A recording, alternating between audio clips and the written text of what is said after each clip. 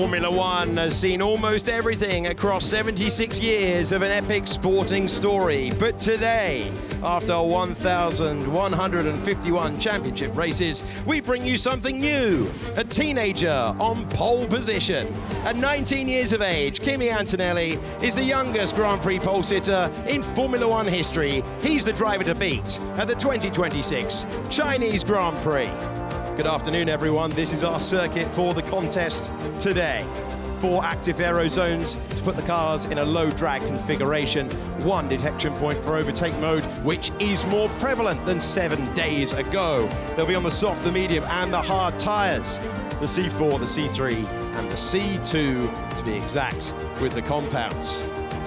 Welcome to race day then. Shanghai International Circuit is all set for the second round of the Formula One World Championship in 2026. And for the second year in a row, we have a new name at the head of the field. Let's go from the back to the front because there have been some dramatic developments already. Alexander Albon will start from the pit lane. They've changed the suspension on that car again. Sergio Perez, 21st for Cadillac. Then it's Lance Stroll, out-qualified by Valtteri Bottas, a former pole sitter around here. 19th today. Fernando Alonso is a 2-time winner around this circuit. He's 18th next to Carlos Sainz, who is delighted with his lap time, if not the performance of the car.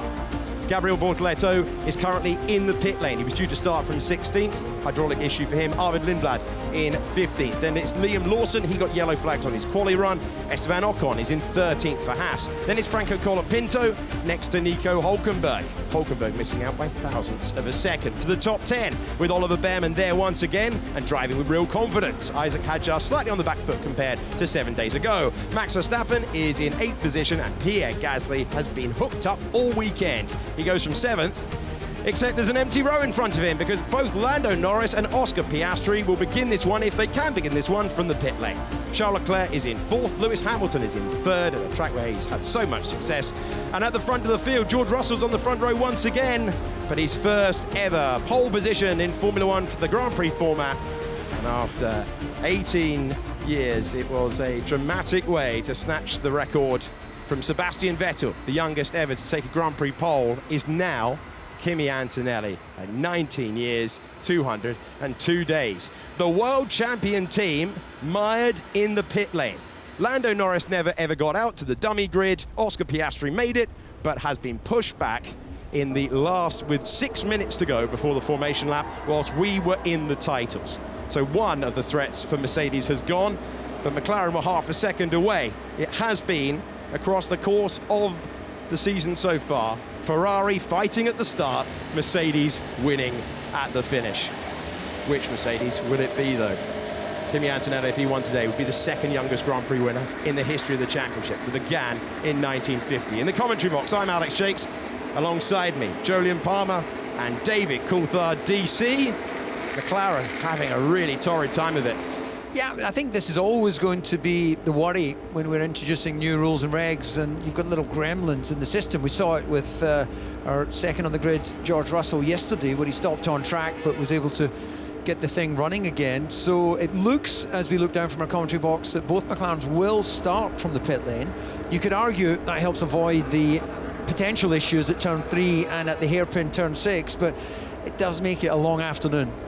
They'll hope that they can come through if they're going to start with the pace of their car and score some good points still. But I'm surprised with Piastri. We knew Norris had an electronics issue and couldn't make the reconnaissance laps to get out, so he was shut in with the red light there. But Piastri, there didn't look like there was a huge amount of work going on when I was down there on the grid. Spoke to Tom Stallard, his race engineer, who was very cool and calm and going through the usual procedures. And as I left, so did their car. There's the double spots that are going to be filled soon with Gasly and Verstappen, who have a nice clear run at the leaders. Maybe you were a lucky charm. If you'd stayed, then maybe the car would have stayed on the grid. DC, he will never speak to me again on the grid after that. I was going to say that. Lando Norris was due to start on the hard tyre from 6th on the grid.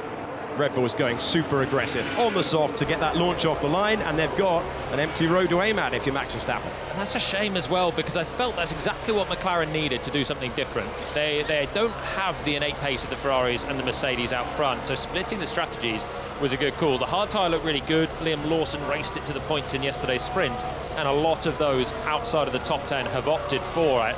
But we will see if the McLarens get going and how they get going in a few moments' time. Now, all eyes on the front of the race. Yeah, well, we know that Kimi Antonelli's had a bit of difficulty starting this new formula, so George psychologically will feel pretty good about his potential off the line. And as you mentioned, the two Red Bulls on the softs, a little bit surprised that they haven't actually hedged their bets and covered off maybe a soft and a medium or a soft and a hard.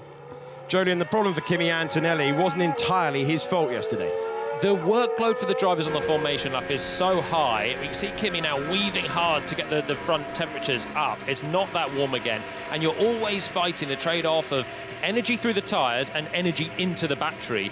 Yesterday, Kimi actually lined up with a full battery on the grid, and that meant he couldn't spool up the turbo. There was nothing more to do to use the combustion engine against the MG UK and effectively harvest energy but spool up the turbo at the same time. He had no wriggle room, so he started with effectively no power when he dropped the clutch and had a very sedate start into the race. In Melbourne, they started on the opposite end, just no battery. So these things are on a knife edge, and all the time the teams and the drivers are learning how to optimise it, and I'm expecting a better getaway this time for Kimi. Track temperature is 23 degrees, the air temperature is 15 degrees. This is a circuit that first hosted Formula One in 2004, and the Mercedes have arrived at the hairpin a long way ahead of everyone else. Yeah, normally, even the formation lap, you're obliged to keep up with the pace of the leaders. It's not quite as fixed as the safety car where you've got to be within 10 car lengths, give or take, but that's definitely more than that from the Ferraris. Hamilton has really backed off it, hasn't he? So these tyre temperatures are going to be chilly when they get on the grid. It's slightly overcast and in shadow as well, and it's a long wait on a medium tyre. Yeah, I wonder if there's any tactics there from Ferrari, feeling pretty confident with their ability to start with what is seemingly a smaller turbo. 100%. The interesting thing is, in the last two starts that we've had, the sprint yesterday and the Grand Prix, Russell has led as they hit the braking zone for turn one. But Leclerc was aggressive in Melbourne, Hamilton was so aggressive yesterday, and Ferrari very much in the mind to do the same again. Big burnout for Charles Leclerc as he heads up towards fourth on the grid. I'm hearing it's separate issues for the McLarens. This new sea change of regulations, got to remember to not go forward one in your box, and Gasly has gone past his grid mark. So that's exactly the issue we were talking about. The French driver has found reverse. He's shooting for the empty gap, but the McLaren should have been ahead of him. So we're going to have four drivers in the pit lane. The remaining cars on the grid, ready to take the lights. And the final... Oh, and Alex Albon's out of the car, so he will not take the start. So three in the pit lane, the remainder on the grid. It's been chaotic before we've even got to the green flag. We go racing in Shanghai in 5 lights time. Here we go.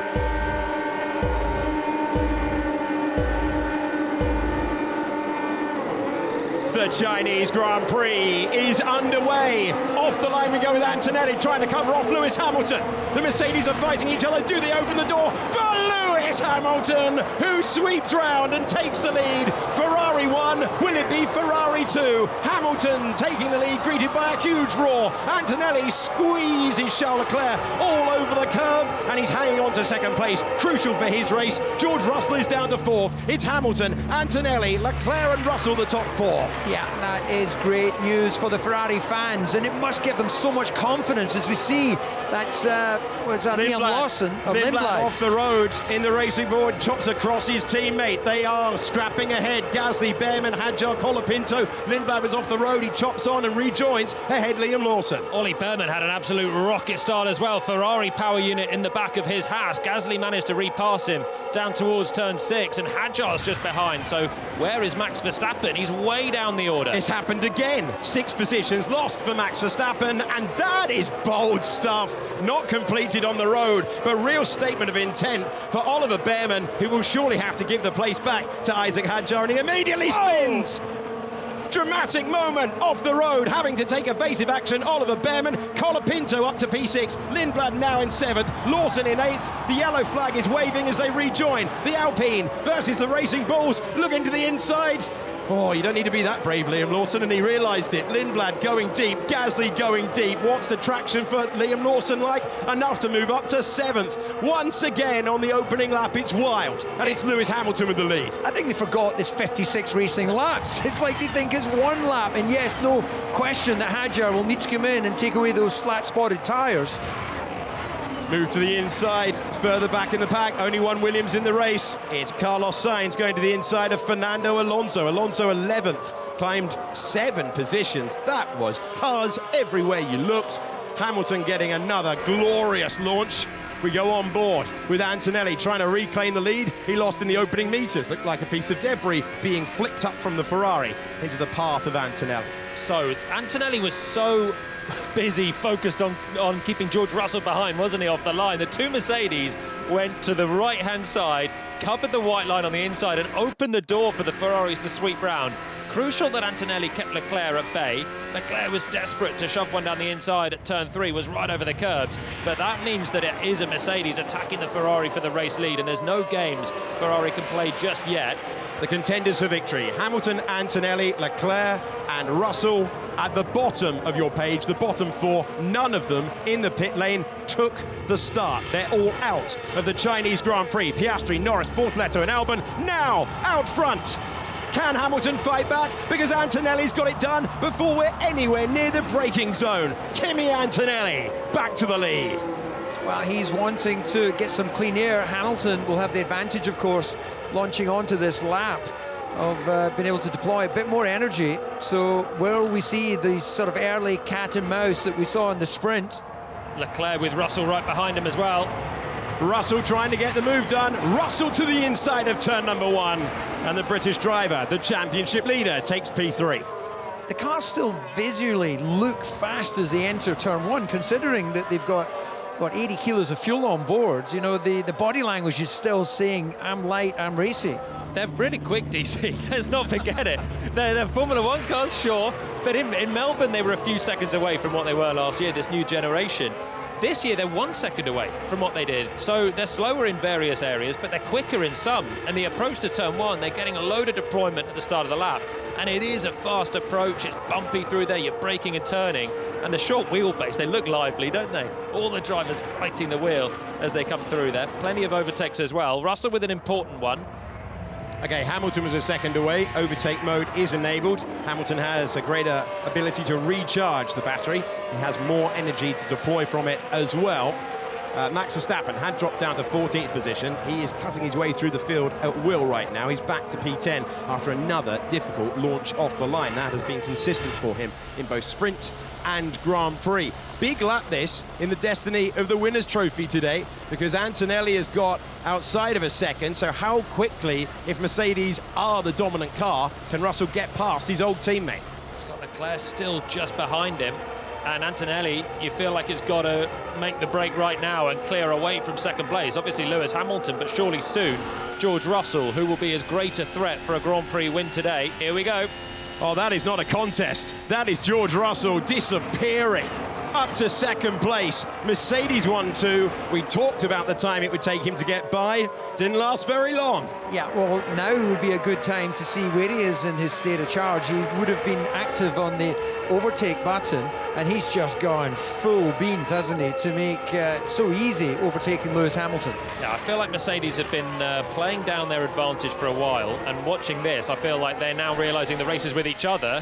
Let's not muck around. Let's do everything we can to clear these Ferraris and now escape and have a one-on-one out front. We'll see if Hamilton's got anything left to come back, but the power advantage there for Russell is in energy harvesting at the right point, but he wasn't exactly a sitting duck on the back straight either. They have got the best car in a straight line, and they are showing it. Yeah, and Russell is very quickly onto the gearbox of Antonelli. So Antonelli managing his race, his tyres out front, but he's going to find himself being pretty busy, I think, with Russell, who is the more experienced guy, and, well, no time like the present to get your elbows out, not give your young upstart the confidence of leading too many laps. What did we see a year ago? Oscar Piastri took his first Grand Prix pole right here and then disrupted the narrative of the season. Got himself into a brilliant position where he was rattling off Grand Prix victories and took the fight to Lando Norris all the way to the end of the year. Lando was the heavy pre-season favourite. George Russell will not need reminding of the talent of his teammate, who became the youngest Grand Prix pole sitter yesterday and was elevated through the junior ranks. You're only in Formula 1 at 19 years of age if you've got serious talent. And Russell will know that he's got to keep his rival down. He's 0.8 of a second away. Let's go on board with Max Verstappen, left-hand side of your picture, past our commentary box. and past Arvid Lindblad. Those two will not go wheel to wheel. Soft tyres off the road, Max Verstappen. Huge speed, and that is rapid stuff as he rejoins. A lot of tarmac runoff area there, and he'd be grateful for it. With that attacking on the entry, I was not surprised to see him not manage to slow the car down. I imagine that that Lindblad kept his foot in as well. Raced Max pretty hard last time out. You saw nothing much the Mercedes cars could do, and the fast-starting Ferraris as George and Kimi were battling each other, allowed a clean run for the Ferraris. I feel like if Kimi hadn't have come across on George so much, they might have been able to bulk or just make the Ferraris back out of it. But he was, quite right to defend against his teammate. If I'm Kimi sitting on the grid, I'm thinking if the Ferraris come past, I'll deal with them, and he has. If George comes past, that's a much bigger issue. Charles Leclerc started in 4th, he's still there. Yeah, you just saw just a beautiful amount of wheel spin as he come off the line, not too much, not too little. Look how hungry he is to pass Antonelli, who stays on his inside here, and Leclerc now trying to hang it around the outside of this one to have the inside for the next. Washing over the curb. He did his front wing there this time last year, so he's managed to keep it all intact, but really hunting for that inside line. Yeah, look at that, the contrast in what we heard with Leclerc. It just bogged down on that initial internal combustion. He's got no turbo spool at all there for the 3rd start in a row. He's yet to get off the line sensibly this year, Max Verstappen. On board with Sergio Perez, Cadillac driver. Oh, no way. He's hit his teammate in the second corner of the racetrack. Yeah, I think in terms of big picture thinking, that wasn't the best, but there we saw Hadjar trying to hang it out on that inside line. He's going to go on board with Oliver Behrman, so he tries to get by, rejoins, and then he's going to have to take evasive action. He was ahead defending his place a little bit over the limit, and Hadjar comes through, and there goes the rear grip. Oh, that was so close to getting clattered as well for Behrman, who then lost a load of ground as the Alpines flew through. And talking of flying through, Max Verstappen trying to put one around the outside and going wide as a result. Yeah, a little kick of oversteer as he leant on the car, corrected it, but it took him wide. It's bumpy, and as soon as you go wide of that inside line, basically the early apex, there's no grip down, it's not rubbing in through the weekend, and you think it's just a little bit more entry speed, I'll get away with it, but when you've got no more grip on the circuit, then you soon fly off. So Verstappen there losing ground and just getting back to the tail of Lindblad now. It's a Mercedes 1-2, but the order is flipped on lap 6 compared to the previous 2 races that we've run so far this year. One a sprint, one a full Grand Prix, and George Russell is 1.4 seconds behind his Italian teammate Lewis Hamilton in 3rd, and then it is Charles Leclerc in 4th. Alpine 10th in the Constructors' Championship last year, adrift, struggling for most of the campaign. What an opportunity for them in 5th and 6th at the moment. Franco Colapinto hasn't scored points since 2024. He's currently running P6. What a day for the underdogs. Let's have a look at Max. Take 2 on Arvid Lindblad. Is he going to get closer towards the braking zone? It's not a big braking zone, and you see the active aero, the rear wing shuts as they lift off the throttle and coax it into the first corner. I was expecting more of a closing speed there. I know that with the active aero, you see again Verstappen struggling in the dirty air. A little correction takes him wide. Really struggling to find any sort of rhythm this weekend. The Red Bull not handling well. It's erratic, it's difficult to drive. Yeah, and the state of the tyres, DC, not looking great. Now you can see there how that dark band on that front left as he was going through the low-speed hairpin. Front right looks clean enough, but it's that front left that takes a kicking through turn 2 and turn 12, 13. Yeah, we'll see that even through 8 here. It's all that stress goes on the outside front. So you've got the front right here doing a bit of work as we chase through 9 and 10. But look at what's coming up if we stay on board. A little straight mode down towards the braking zone for turn 11. And you'll see the stress once again on that front left tyre that is really not looking nice on the soft. Here we go. Turn it in. Wait. Almost driving off the road here with Max. Now the speed's building, and so is the load through that front left tyre. And what Red Bull really didn't need was Max to fall into traffic at the start. If he had had clean air, used the soft tyres to get ahead of Gasly and run in a nice 5th, he would have been able to manage this a lot better. You're on board with pressure. Sorry, DC, on board with Hülkenberg, who's gaining a position and moving up to 12th. Yeah, I was going to say that Max under pressure now with that graining on that softer tyre, it just won't go the distance, and I think it's unlikely it's going to clean up as well. So we might see him have to knock into a 2-stop strategy. Yeah, he's reported on the radio that it's done. and that is the verdict to the four-time world champion.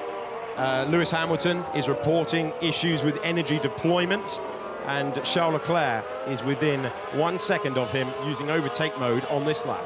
To say Kimi Antonelli's doing a very solid job out front, keeping his teammate at over a second's gap. There we go, confirmation of what we saw on the last lap, and we see again right now with Verstappen as he hits the brakes. To be honest, looking at that tyre, I'm surprised he's even holding pace with these cars. The two racing bulls just ahead, who've been pretty quick so far this weekend. Yeah, he'll be in a situation there when he's going through left-handers, he'll be able to really lean on, and then as you get into turn 8, that front left will just be sliding away from him. Behrman, like a shark behind him through on the next couple of turns. He's going to be hunting him down. This bit's okay for Verstappen. Yeah, you've got to be pitting him in now. There's no point in running round. And I can tell you, he was told on the radio earlier on to manage the tyres. That's not Verstappen going at full pelt. That's Verstappen trying to eke this stint out on the soft, and it's still done very early. Yeah, this is the bit now where he just can't turn the car, just has to wait for longer as Behrman can rotate the Haas, even in the dirty air, and accelerate down the straight. Yeah, I can start to see the Red Bull pit crew wandering out. There's nothing to hide as the two RBs go toe-to-toe. It's happening again. These two have been close proximity for most of the racing so far, and it continues on. Liam Lawson's ahead, stayed patient, stayed calm, scored points yesterday. An audacious strategy on the hard tyres. He's 8th at the moment. His rookie teammate, though, a point scorer a week ago. This is a fight for supremacy in that team, the junior Red Bull entry in Formula One. So they're 2.5 seconds per lap off Kimi Antonelli out front, this bunch. The medium tyre's going away as well. You can see actually Lawson, the graining that's picking up on his left front, which is why he's falling into the clutches of his teammate. Guys, We are reviewing. yeah, it's okay. I'm just going to lose time. Let him through then. Yeah, well, that's him saying, look, all the time I'm racing my teammate, I'm not making headway, but it comes down to race pace, doesn't it? If Lindblad's faster, then he should get by and he should go. Yeah, what does he want there? Lindblad just to sit behind him and waste his own race? We're so early on here. They're on different strategies. There's no need for Lawson to race or complain with a guy that's just behind him. Oscar Piastri, Lando Norris, Gabriel Bortoleto and Alexander Albon out before the lights even extinguished for the second Grand Prix of the year. My word, Max Verstappen is all over the road trying to hang on to what is left of his Pirelli tyres. Oliver Behrman with a medium tyre, not a soft tyre, a more durable tyre and a better line through there. Once again, Arvid Lindblad laid on the brakes ahead of his teammate Liam Lawson. Oliver Behrman laid on the brakes ahead of the four-time world champion Max Verstappen, who is surely going to bolt to the pits sooner rather than later. They're side by side. He's coming in, I think. Lawson has been called in. Lawson is called in, and here is Max Verstappen as well. That was inevitable. Yeah, so Max would have lost a little bit of entry speed, having to brake behind Behrman and then accelerate into the pit lane. Probably, what do you reckon, about half second, 3/4 of a second on a normal in-lap? Yeah, they certainly lost a good chunk there. I was interested to see what a four-time world champ does on the pit entry here compared to Liam Lawson as well, and he took a good bite out of the lead from the Racing Bulls. Ooh, lively from Lawson back into the fast lane and back out ahead of Max Verstappen. It was a better stop from Racing Bulls than it was for Red Bull there. It wasn't clean, so all of the work that Max did on the entry just to close that gap by a few tenths is gone, and he stays behind. Off the road goes Lance Stroll. The Aston Martin coming to a halt in the first turns of the racetrack. So it looks like they'll be able to recover it, so a virtual. It's at least a virtual, isn't it? So that's going to be horrible timing for Lawson and horrible timing for Verstappen, because on this next lap, as soon as that safety car of sorts is deployed, then everyone else can bolt for the pits and have an 8 seconds reduced pit stop time. Full safety car. Full safety car, because the back of that part of the circuit is raised up and immediately leads to turn 3, so there's not enough room. You've got to push it way back. And what do the leaders do? Who comes in? Who carries on? Russell's being told to come to the pits. Got to say, Mercedes out, Ferrari out in the pit lane. So Antonelli in from the race lead. You're looking at him trying to become the second youngest Grand Prix winner today. In comes Russell as well. He's backed off a little bit to give them a gap to double stack. All in, the top 4. So they just had to. You've seen the medium tyres going away. It's lap 11, so it could well be a 2-stopper. Gasly comes in as well from 5th. actually the gaps, the spacing has worked perfectly. All those teams able to service their cars without any big stop. Colapinto stays out, jumps up to second place. Man who hasn't scored a point with Alpine so far, now second on the road. Antonelli back out in front. Colapinto, Ocon, Russell, Hamilton. Then Arvid Lindblad listed as P6. Charles Leclerc in 7th. So others just trying the different approach, and there you go. They're going to have to put a recovery vehicle on the circuit for the Aston Martin that made it as far as lap 11 of the Chinese Grand Prix. Well, this has been pretty much 11 perfect laps for Antonelli, other than losing the lead to the Ferrari of Hamilton. Everything else he's done has worked perfectly. And that's the best thing for him, is that the Mercedes drivers both pit on the same lap. So it takes away strategic advantage that Russell may be able to build in by either an undercut threat, more likely go longer and have a tyre advantage for the rest of the race. If it is a two-stop, it'll be a long-ranging one from here, but maybe doable on a hard tyre. But if it is a two-stop, then there'll still be an opportunity for Russell to do something different. And if you started on a hard tyre like Colapinto here, hey, happy days, you're up in second place. But it won't actually work out that well in the long run, because everyone else stays on more or less their predicted strategy. The stop is around the safety car here is around the optimum pit stop if you started on a medium.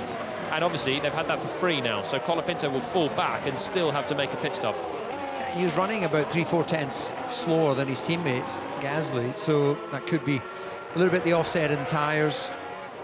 And as you say, as we join Hadjar.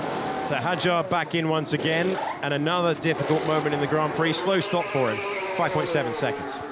Yeah, we saw had a front wing adjustment there. The little drill that you can see one of the mechanics holding goes into the centre of the nose, and wing adjust with those new tyres. Recovery vehicle, I can see it, is out with Stroll's car, I think, out of the window, so hopefully it's not going to be too long a safety car. And we've got a big job now for Antonelli. The next thing is to get these tyres fired up, get your battery into the right window, get as much recharge back into it as you can. And we saw in the sprint yesterday, the safety car restart was really tricky. You had, actually, Antonelli almost dropping it in the final corner. Piastri overtook him before the line. You had Charles Leclerc almost dropping it. That was on a soft tyre. So these hards, they're going to have to work hard, and you can see all of the weaving going on for the drivers desperate to build that temp. So you're looking at live pictures of Lance Stroll. He's being recovered, and they're just taking their time. And they're all clear from race control. So all of the teams and drivers will have been notified there's a recovery vehicle on the safety car. I can tell you Kimi Antonelli is reporting that the safety car is going very slowly, thinking about tyre temperatures, worried about the restart that Jolyon just described for you. So Sergio Perez coming in. Perez and Bottas have now made contact in 2 of the last 3 Grand Prix. One was a while back, I'll give you that, but not what they wanted to see. It is a concertina effect in the first 2 turns of the racetrack. He's back into the race. What was Perez doing, honestly? Cadillac have made no bones about the fact they just want to get the cars to the finish. Checo did last time out, Valtteri Bottas didn't. They're not racing anyone but themselves. I mean, one driver dangling a nose into the other on at turn 3, causing contact is a bit ridiculous. Yeah, but he had to try and attempt that. He was well over the inside curve, which is not the normal line. It was a sort of torpedo type attempt at an overtake, and well, failed. Gasly's in conversation with his team. They are so pleased with what he put together. And Alpine, having been 10th and last, and a difficult season for them where they were just not competitive, suddenly find themselves second on the road, with Colapinto looking for any hint of the race lead to send Argentina into raptures, and Gasly looking for major points. Chaotic opening laps. We had 4 drivers, including the world champion, fail to take the start lights. Piastri, Norris, Bortoleto and Albon did not begin the Grand Prix. We then had Hamilton taking the lead. Antonelli took it back. The one stop can be challenging. Yeah, if So something to keep an eye out for now for the next 44 laps is Ferrari trying to make that happen. We did hear from Marcus Dudley on the radio yesterday that Ferrari tyre life was maybe a little bit better than the Mercedes, so it could be a little bit of a strategy divergence. Well, we've seen Leclerc use that to good effect when he got a victory in Monza, and I'm sure there was probably other ones as well, but that is a real issue for Mercedes, because they were managing the first few laps of this Grand Prix. They weren't moving that much ahead of the Ferraris. So if they think they're going to run out of tyres, you've got to get on with it. You've got to try and build enough of a gap that when you come in for your second stop, that you've got enough attacking opportunity to come back at the Ferraris, if we assume one or both can do it on one stop. It was surprising, wasn't it, how easily the Mercedes blasted past the Ferraris. You had Antonelli clearing Hamilton, you had Russell clearing them both, like they were standing still on the straight, and yet they couldn't then open up the gap. So Ferrari were paying the price for an aggressive start. A lot more brake dust than we're used to seeing. You know, it's a thing that we used to see back in the day, but unless that's actual just dust coming off the concrete from the pit lane, but we don't normally see that amount of brake dust. Yeah, noticeable for the race leader. This is Lewis Hamilton. Let's compare it. Yeah, nothing. Absolutely nothing by way of comparison. Double stack for Mercedes, for Ferrari, and for those drivers that have stopped, they're the top 4 in the race. Colapinto and Ocon electing to stay out. So, as a result, with the safety car ending at the end of this lap, Colapinto and Ocon will be between the 2 Mercedes, and Antonelli's just got to get a clean restart. All of the drivers being asked to generate temperature right now. We've already seen Oscar Piastri out of the car. Here's Lando Norris, unable to take the start today, and difficult start to the season for McLaren continues. They were half a second off the pace in qualifying yesterday, and they find themselves with unreliability with both cars. It was reported from the paddock, different issues for both cars. So the good news for Antonelli is what you can see on your screen. He's got an Alpine and then a Haas behind him before he's got his main threat for the win here. So he doesn't have to be on the limit of grip to get this thing going. You'd think Colapinto's not going to do anything stupid. Russell, meanwhile, will have to clear those 2 cars, and Antonelli can try and break that 1 second gap once again. See when he goes. Yeah, everyone bunching up, of course, down into the hairpin. He's got the choice to go anytime he fancies. He could go now. I think, given his advantage, I'd look at it, but he's not. He's waiting. And he's going to wait until the last possible moment. Then he's going to drop the hammer and take us back to full speed around Shanghai International Circuit. We're about to go on to lap 14 of 56, and there's a chance for Esteban Ocon, because there was a huge moment for Franco Colapinto. Antonelli leads, and Colapinto hangs on to second place. Ocon unable to punish that slide around the final corner. Can Hamilton get past Russell? Look further back. The red Ferrari versus the silver Mercedes. Hamilton is hurrying Russell along. Yeah, it looks like Leclerc's managed to slip up the inside of Lindblad as well. Big chance for Lewis Hamilton. These 2 know each other well. Their time as teammates. And he stays there for the moment, but Russell is deep, and Lewis Hamilton's up a place. George Russell's quest to win this Grand Prix just got harder. Yeah, the Mercedes was quick on the straight, but then was too quick to get the car stopped for turn 6. So Russell with the mistake. Hamilton comes through, and that Ferrari is as quick as anything through the corners, as you see. The fact that he's straight onto the tail of Esteban Ocon. Hamilton up to 4th. Hamilton chasing his first Grand Prix podium with Formula One's most famous team. Now he's got a couple of drivers ahead of him who haven't stopped in Colapinto and Ocon. Well, Russell was a bit down as he went across the line at the restart, so I wonder if he's actually got an issue. Dropping back again, you can see from the back of Hamilton, so it's almost like Russell hasn't had a system that's allowed him to make a clean restart. He will hope to charge the battery if that is the case. We'll bring you the word in a moment. The active aero every single lap. And Hamilton to the inside to claim another position, up to P3. Leclerc clears Lindblad behind as well, so his next driver to attack is George Russell in the Mercedes, who's not moving forward yet. Behrman has got past Hulkenberg, so there have been changes on the restart lap. Don't always see it. Here's the opportunity for Lewis Hamilton to try and go around the outside, and Charles Leclerc further back appears to be past George Russell and is. So George Russell, the heavy favourite coming into this Grand Prix weekend, passed by both Ferraris at the start of the hard tyre stint. Yeah, I think he must have an issue. He was, again, pretty slow over the start-finish line. It looks like he might have hooked into the back of Leclerc, who's coming back at him. Yeah, he's coming back into 6th. I wonder if he's just got no battery on this restart. Struggling. He had loads of deployment into 6th the first time. He's not made it past Leclerc again, so he's got pace at times, but as the speed builds, I think he's got no deployment, George Russell. So Russell having to play... Grip.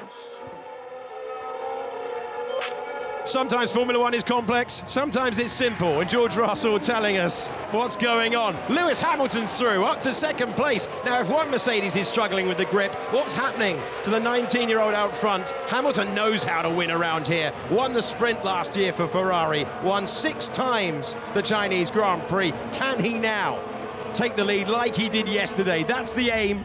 He did it early on, but this is a totally different picture on the restart. Yeah, look, I think it's a great question, and it's being answered by the fact that Hamilton has now got that gap down to Antonelli, and more than likely will have the chance to, if he chooses, pass him into turn 1.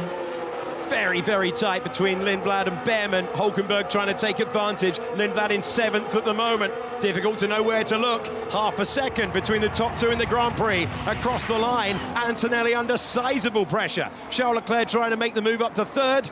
He should have much better grip than Colapinto, but he doesn't have the track space to make use of it at the moment.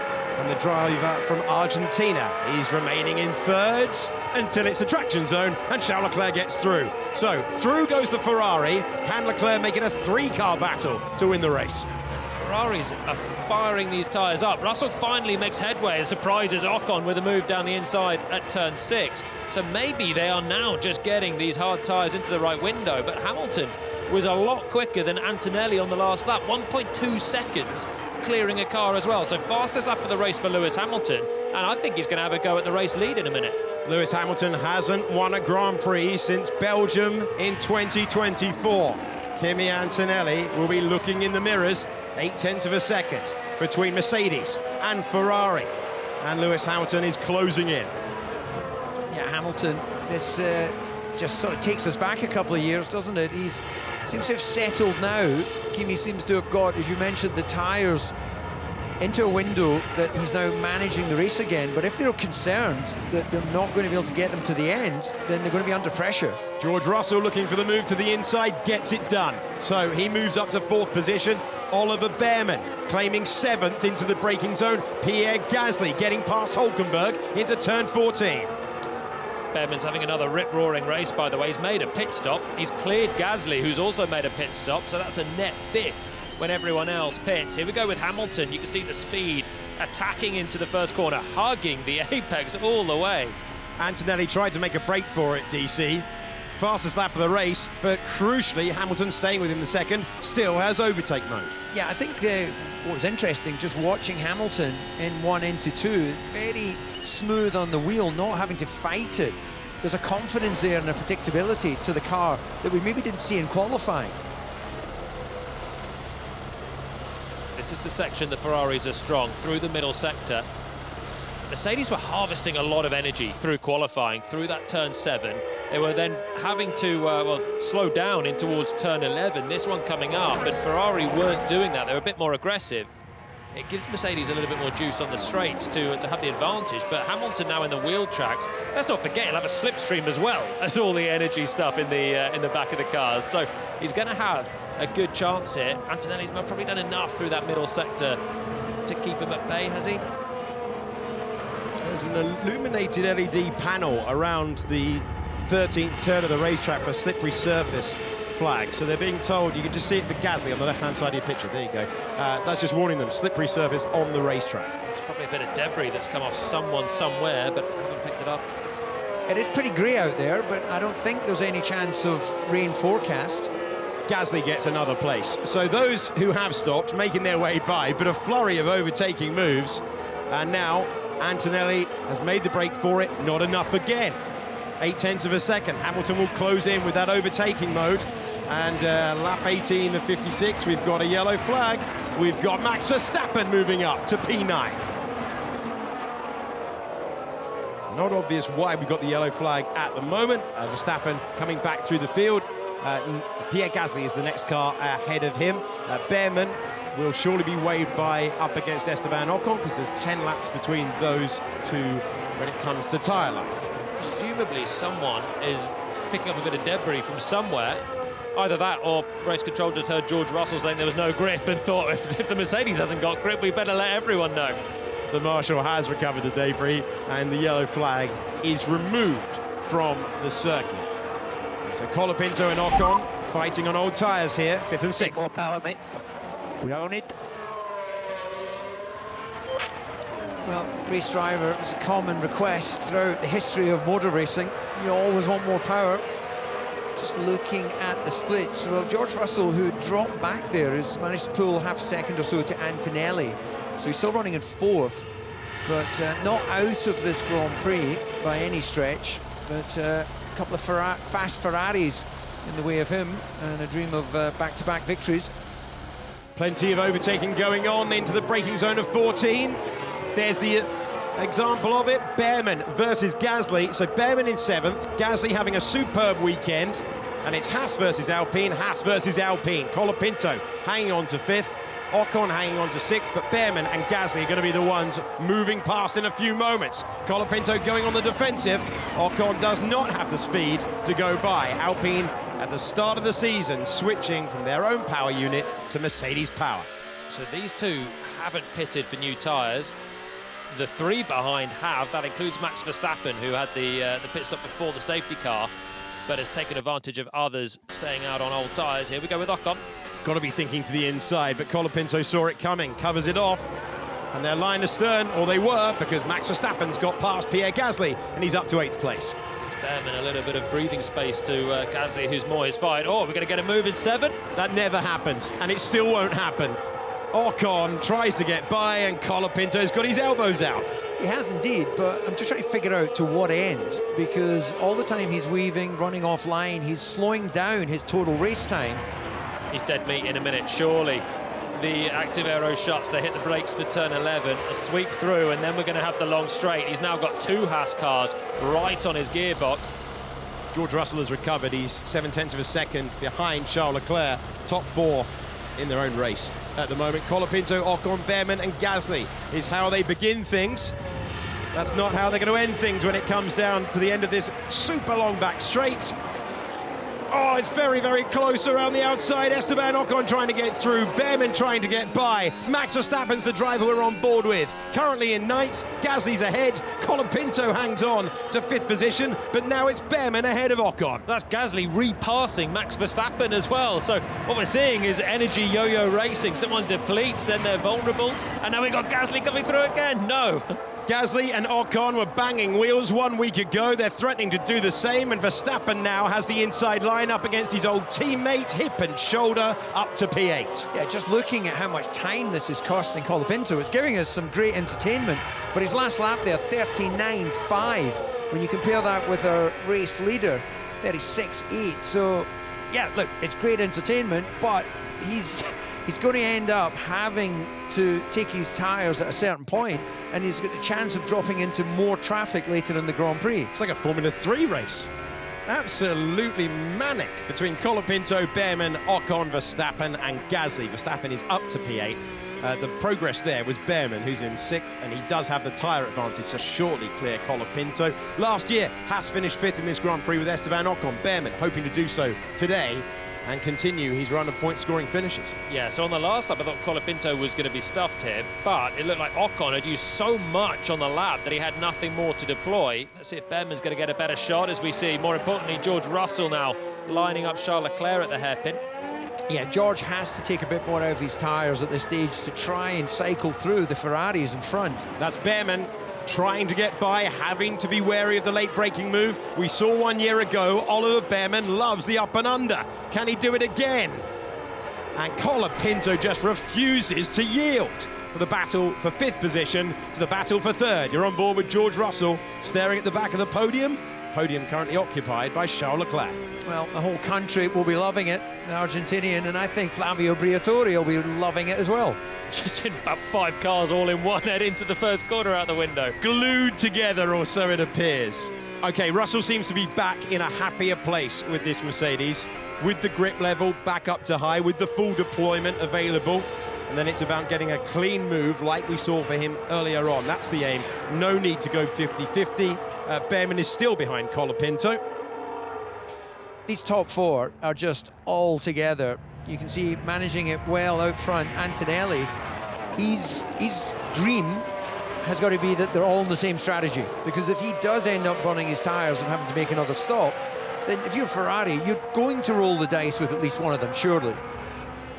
Hamilton, yeah, he could play the long game here. He could sit around a second back and hope that what Mercedes think is that Ferrari are better on their tyres. Hope that comes to fruition. It's not there yet. These hard tyres are durable, so there is a chance that they'll go right to the end. Oh, that's a fair way back for Russell, still on the brakes. Having a faint nibble, but no more. Max Verstappen is up to 7th position. He gets rid of a tear-off. He's trying to take the fight to Oliver Behrman. Behrman's going past Colapinto into the braking zone of the hairpin. And he is up to 5th place.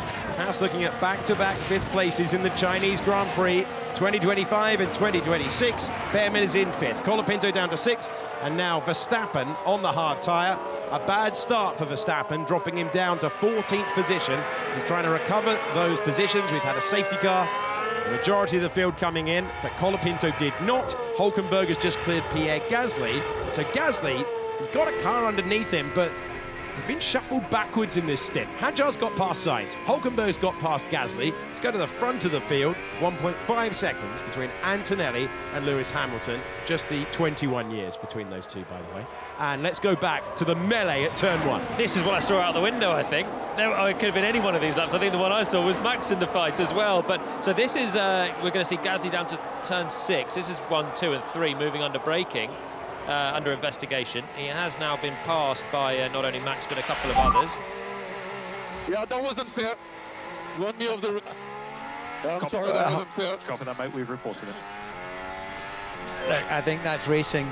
I understand what Pierre's feeling, because you want to move the car into the apex and suddenly there's a Red Bull, but he was clearly alongside, and I think that's what the new interpretation of scenarios like we saw with Oscar Piastri, I think in Brazil, got a penalty when it was actually Antonelli that closed down onto him rather than making your car disappear. Yeah, Max was right there.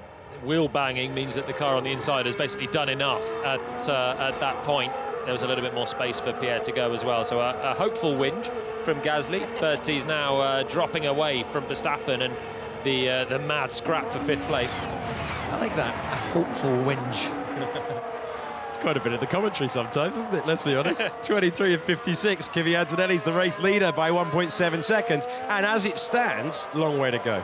George Russell's got a lot of pace. He's proven that already in the first 2 races of the year. But as it stands, he's the youngest ever championship leader in the history of Formula One. And we've been telling you about the landmarks that he's been ticking off so far. If he can stay there, he's trying to win his first ever Grand Prix. We've got a long way to go. A lot of pressure will fall on his shoulders. Just a 7-time champion of the world, 2 seconds away. No simple maiden victories in Formula One. Gasly's been downright grumpy about the state of the wheel-to-wheel action. You've heard that on the radio. He's trying to recover a couple of places. Driver who started effectively P5 on the grid. Hulkenberg's having a really good effort here on the used tyres. He's going to be dispatched into turn 7 that time. Hey, yeah, we have seen a move at 7 there. We go. Wind it back and show us the replay. Gasly gets by, trying to recover the places. Just watching from the comm box, our race leader is starting to stretch his legs now, and the 2 Ferraris falling back into Russell. This is, I think, a key moment for Antonelli to continue to try and manage his tires well, taking advantage of the fact that the Ferraris and George are going to be fighting and costing each other time. So we saw yesterday, as the race run went on in the sprint, it looked like Leclerc was more comfortable than Hamilton. He ended up passing Hamilton on track, and they had their own little bit of an grievance at turns 1, 2 and 3 coming up here. Yeah, Charles Leclerc just can't get his usual mesmeric rhythm over 1 lap around this configuration. It's a bogey track for him. But he says when you get a run of laps, then he gets in to the rhythm that he can't find when it's low fuel attacking to the white lines in qualifying. And it's very similar to what we saw in the sprint race yesterday.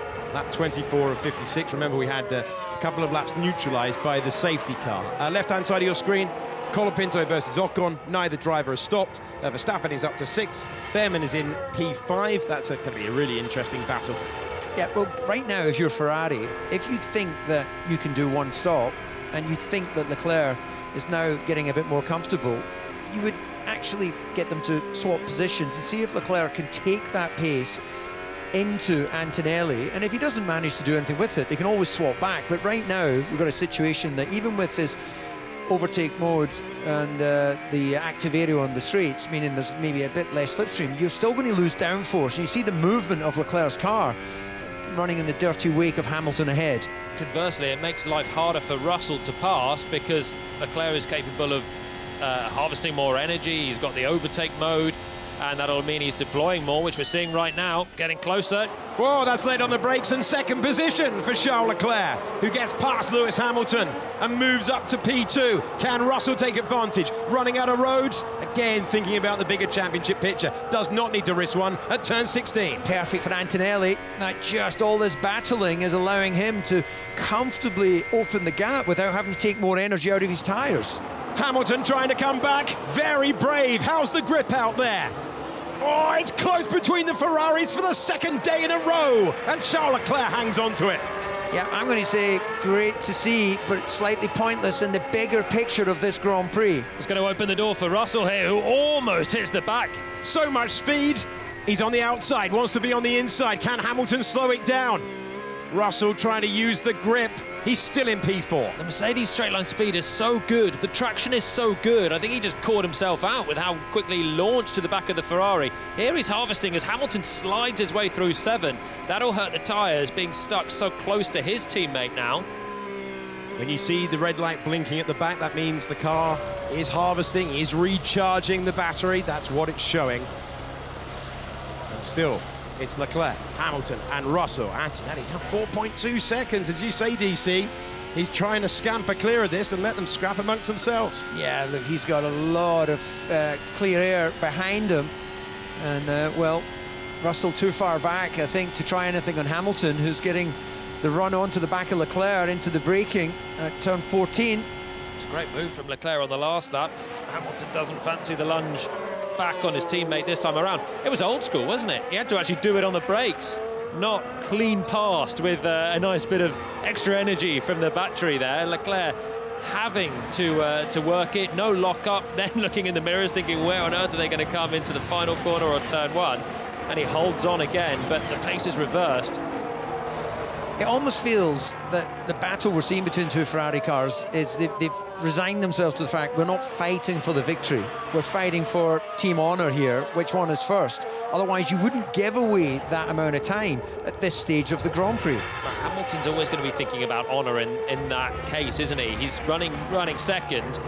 You know, Fred Vasseur on the pit wall, Charles Leclerc from behind will be thinking, no, we can win this. And Hamilton's thinking, well, hang on, I can't if I let the guy through. So it's all about making sure he's in the best position to pick up the pieces and not necessarily thinking for the interests of the team at the moment. It's so early in the season, isn't it, to, you know, the drivers are all thinking that it's going to be their year at this stage. They need to assert their authority, and Lewis is very much revived at the start of this season.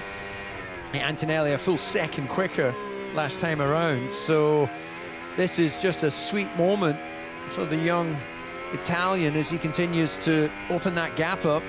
Frustrating for Russell though, so I said having the first Ferrari, having the overtake mode and the slipstream, it's like an old school DRS train. It's not as effective as a DRS train, as Hamilton's going to have a chance. Lewis Hamilton trying to retake second place, gets to the inside, he's got it. What's the grip like off the corner? Hamilton takes back the position. And Lewis Hamilton into second place, Charles Leclerc down to third, and Kimi Antonelli building a massive gap out front. Leclerc's going to come back through though. That's the prediction. Let's find out on the brakes. You're absolutely right, Jolyon Palmer, despite Lewis Hamilton fighting it. Now, can he do it on the brakes? Into turn 2, again there's not much between them. George Russell is seeing a really entertaining battle. He wanted a clear racetrack, but he's seeing the Ferrari scrap lap after lap. Charles Leclerc up to second. And breathe. We were holding our breath there. Oh my word, that was laid on the brakes again. So Leclerc's opened the steering and made sure that he has a little bit of space for Hamilton, who's almost rear-ending him. He won't give up. Amazing commitment from Lewis Hamilton, who is fed up of hearing the stat that he's not been on the podium for Ferrari in a Grand Prix, and he retakes second. Hamilton looking like his former self. Charles Leclerc gets by, and Ferrari are opening the door for the first Italian winner in Formula One since 2006, because Kimi Antonelli leads by 6.6 seconds. Yeah, that gap is just going to get even bigger this time around. So, look, thoroughly entertaining. Brilliant wheel-to-wheel action. But God, I'm breathless. It's like, I just thought, how can they not end up having contact? And now George Russell gets through, past Hamilton. So he's bided his time, and he gets to the podium. Hamilton, that was just pure racing for a lap. DC's pointed out about 10 minutes ago, it's not sensible, but it was thrilling. And now it appears that George Russell can pick them off.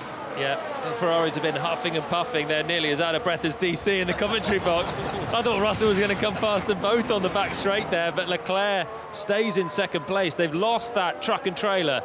Two drivers to pass for Russell, but I have to say, it doesn't matter about the old truck and trailer. They're busy taking chunks out of each other, weren't they?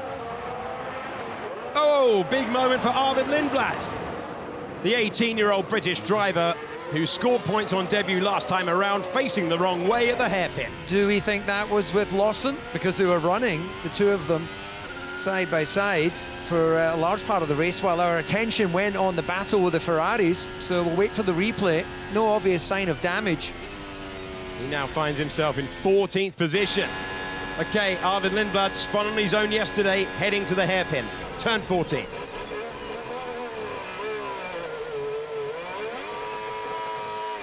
And he's done it again. Whoa, Spins on his own for the second time this weekend. Very unusual, actually. I'd like to see the off-board as well. On-board, we can see that everything looked like maybe going deep, but you open the steering, just keep yourself going straight for a bit longer, and then do the corner. So, you know, brilliant debut in Melbourne, but if that was no systems tripping him over, then that was a bit of a rookie error. Here we go, under braking with George Russell versus Charles Leclerc.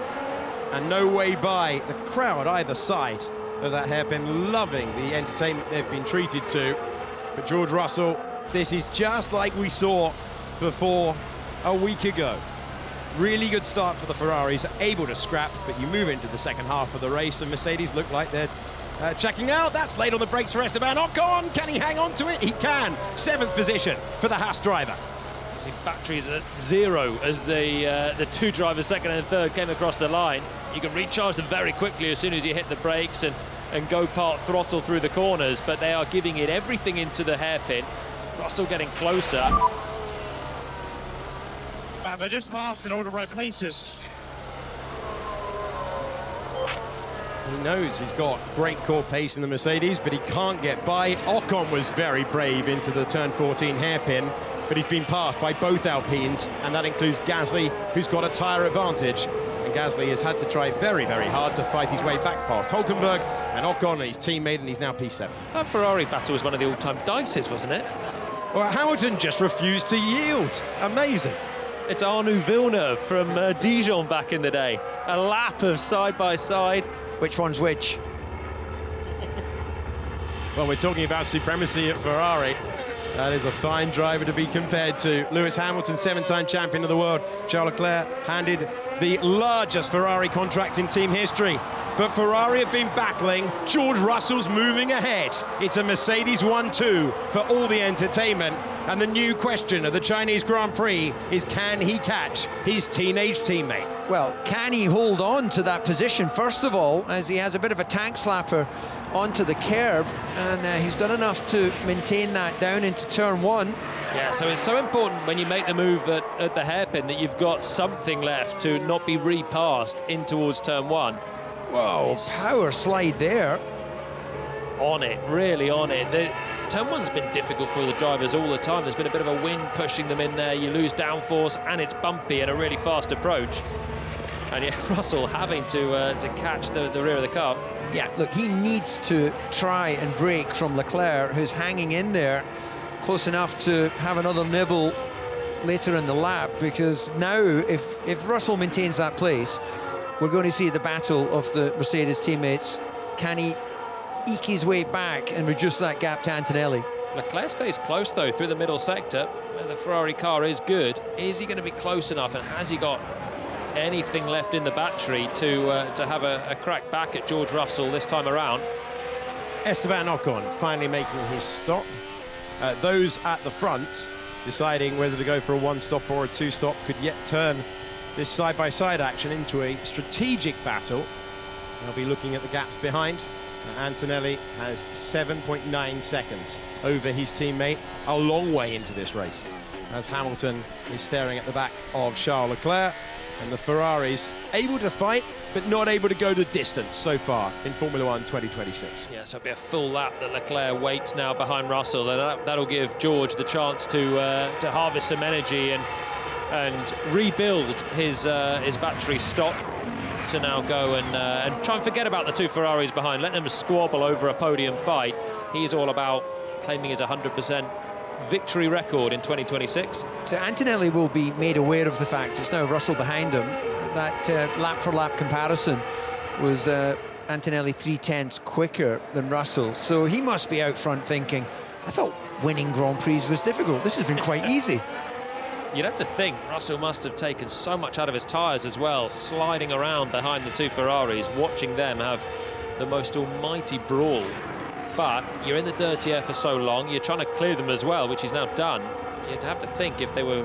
Well, we heard George say it was marginal at the safety car, but that is not the way to keep those tyres in check. Yeah, I think that Russell might have taken more out of the tyres than as you're suggesting there, because he's not bolting away from Leclerc, who's still within sort of fighting distance. Hammering the speed into turn 11 there, Charles Leclerc. The Mercedes has been harvesting there through the weekend, making sure that they've got a little bit more to deploy down this back straight.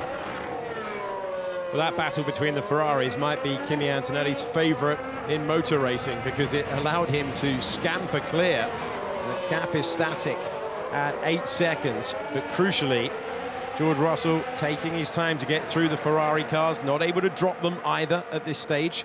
Ferrari waiting in the pit lane at this moment. Everyone making the stop in the top four under the safety car earlier on.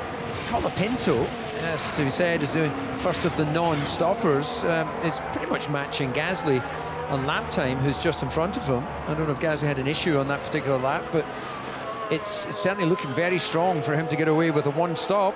That's good news for Kimi Antonelli, isn't it? The hard tyre going the distance is really what he wants. No more pit stops for the rest of the race. 24 more laps of hard tyres going the distance, and Kimi just has to keep knocking out the laps. Don't worry about the mirrors. You're not going to see anyone in them from 8 seconds back anyway, and have a time trial to the end. They'll have to clear some back markers in a while, but not just yet because of the safety car as well. Hulkenberg trying to score his first points of the season. Driver who didn't take the lights in Melbourne is running on course for 2 at the moment, and he's got fresher tyres than Colapinto ahead. Liam Lawson is in the final points paying position. Isaac Hadjar has had a couple of stops, had a spin in this race so far. He's 1.3 seconds back. Then there's a bit of a gap as well back to Carlos Sainz, who's the sole remaining Williams in the Grand Prix. Fernando Alonso has just gone past our commentary box into the pit lane. Plan 3 could come into play. Copy that. Any guesses what plan C might be? Well, okay, it's a 2-stop or a 1-stop. Which one are we going for here? A 2-stop, maybe for. I guess plan A here was a 1-stop, wasn't it? A medium to a hard. And given how hard the Ferraris have been dicing with each other, you saw Hamilton there have a load of oversteer in 9. Leclerc on the last lap oversteering his way through the apex of the hairpin. Are they thinking that this is going to be, let's go for an undercut maybe on George Russell? Well, they've also got enough of a window that they would be coming out if we assume others tried to do a one-stop in that sort of group with Gasly and what have you, who they'd be able to make short work of with fresh tyres, but you're going to have to work at it. They're going to get a free shot at it, aren't they? Yeah, because the gap between Hamilton and Behrman is already 17.5 seconds, so give it another 5 laps and that'll be a free pit stop for the Ferraris. Colapinto finally comes in to make his stop. Ocon, who had also stayed out behind the safety car, reporting on the radio that he didn't get it. He wanted to wait for a possible virtual safety car or safety car. If you do that, the pit stop is 9 seconds cheaper compared to the rest of the field. But he was overruled by the team. They've called him in, and now Colapinto has been called in as well and has an advantage on our timing tower. Will that change those two once again? Line astern. Someone's had a late braking move. Someone's tyre screeches, yes, and there it is, and there it is. Contact between Ocon and Colapinto as Colapinto rejoined from his stop. Yeah, so that ever-decreasing speed long two into three. We'll see the replay, but presumably looking on left side of his car, so presumably Colapinto was trying to come around the outside of him. That's Valtteri Bottas in the Cadillac, getting a face full of Alpine. Well, these two threatened to make contact for a while. There is Colapinto, Ocon in the white Haas behind, the blue and pink Alpine emerging out front. The tyres not fully up to temperature. Ocon diving for the gap, and contact between the two of them. Well, that's a messy one. He didn't have significantly enough of his car alongside, so that will go down as an Ocon issue. We can understand what he's trying to do, Julian. Yeah, he knows that he needs to strike right now, but this is a really hopeful... he's lost it before he's even hit Colapinto, hasn't he? Really hopeful look from that far back. The racing line's always going to be to come back and take that apex at 2. I think he's maybe hoping that Colapinto is going to go way wide of it, carrying speed out of the pits. Yeah, no question. That'll be Ocon that gets a reprimand or worse for that. Yeah, I'll get a 10-second penalty for that, I'm sure. Yeah, noted by race control. He knew that was coming as well, didn't he? The way that he suddenly lost control of his car as a driver that's trying to hit the brakes hard, downshift, maybe slow the car up, and these cars are so nervous on the rear axle. It's what we saw with Lindblad's spin. You carry a little bit too much speed in. There's so much work that you're trying to do now on the rears when you're off the throttle, just to harvest energy and make the most of the efficiency of it. And well, that's an easy diagnosis for us. He holds his hands up and says that it's his fault. Ambitious to the inside. Fernando Alonso had come into the pits a few moments ago. He's come into the pits again to retire from the second Grand Prix of the year. He is out along with his teammate. 2 McLarens are out. Bortoleto and Albon didn't take the start along with the 2 McLaren drivers. Aston Martin making it to lap 35 today. Huge shame for Colapinto as well. He was having a really good drive, as you said, DC. Decent pace on that hard tyre. Trying to pit and cover off Ocon. Alpine and Haas in a bit of a scrap today, and a scrap that was taken way too far there by Esteban Ocon. And Colapinto still with no points for Alpine. He's got a chance to get something back on if he hasn't got significant damage. Yeah, well, also that time loss there. But meanwhile, on the other end of the garage, or the side of the garage for Behrman, is managing to maintain that gap to Verstappen. So as Ocon tried the desperate move, Behrman is, well, it's been fantastic so far in these first 2 Grand Prix. Looks like well on side for gaining another good points finish later. I have no power. Okay. Give me something. It's FW usable. I come out of the last corner, I've got no power. Negative, we are looking into that. Lewis Hamilton has dropped to second back. He has been reporting this at different stages of the Grand Prix, so it could be operational rather than a terminal error with the car. He's still within a second of his teammate. Oh, Leclerc's a big lock-up at the hairpin, and off he goes. And Hamilton gets by. So he was talking about having no power, but he made the corner, and Charles Leclerc with the error. And the Ferrari swap over once again. Lewis Hamilton back up to third. Yeah, it just shows, I think, how tricky the systems are when you're going through what is one of the biggest recharge locations on the racetrack. Leclerc looking on the outside. I don't think he'll have enough momentum on this one. Here we go again. And Lewis Hamilton stays ahead. The Ferraris side by side for so much of this weekend. But Charles Leclerc's error allows through the 6-time winner of the Chinese Grand Prix, Lewis Hamilton, on for his first Grand Prix podium with Ferrari. Out of nowhere, wasn't that, for Leclerc? Under no pressure, drifting away from George Russell ahead, and just too late on the brakes. Front lock up very early on in that one, and he released it, did the sensible thing, used the runoff and didn't compound the mistake by trying to send it in with speed or keep the left foot hard against the brake pedal in hope that it would suddenly grip up. And he's sliding coming through 10 as well. Maybe he just fancied more of a show. Maybe he thought, yeah, third is boring like this, let me go and earn it again. Well, we've got Disney here this weekend. I saw Mickey and Minnie Mouse, so he doesn't want to be, put on the back foot in comparison to them. Look at me. Well, Charles Leclerc now in fourth with that 18-second advantage over Oliver Behrman. It's 22 for a pit stop around here. It would be a massive tyre offset compared to those on the hard tyre if you want to try and use the remaining rubber. Charles Leclerc, oh, is he going to get it slowed down again? I tell you what, the 2 Grand Prix driver next to me in the commentary box weren't sure. Wow. Yeah, we were taking a sort of step back there, waiting for the impact. How many times can these guys almost touch each other? I thought that was a rear end there. There was a lock-up. There wasn't a lot of space to go around it. When you're sitting there in the dirty air still, you just don't get the braking performance. Leclerc was, I think he was very much wondering about whether he was going to go to the inside, wasn't he? Thought about it, shall I, I've done it earlier, and then thought, no, problem is, he's carrying the speed that he needed to on the inside. So, from the outside, I reckon that will be very tight. It's fun and games until it's not, isn't it? Yes, indeed. Well, unsurprising, we saw Ocon there, confirmation of that 10-second penalty. This is where you kind of question, well, you've spun someone around, you've caused them potentially a bit of bodywork damage and a loss of track time as well. You question whether a 10-second penalty to you is sort of worthy of the crime, so to speak. Yeah, time loss and potential damage for Franco Colapinto, who is 5.8 seconds behind Arvid Lindblad. And he's much quicker than the British driver ahead of him, but he's got a lot to make up. He's got a few laps in which to use that fresher tyre as well. Hulkenberg hadn't stopped.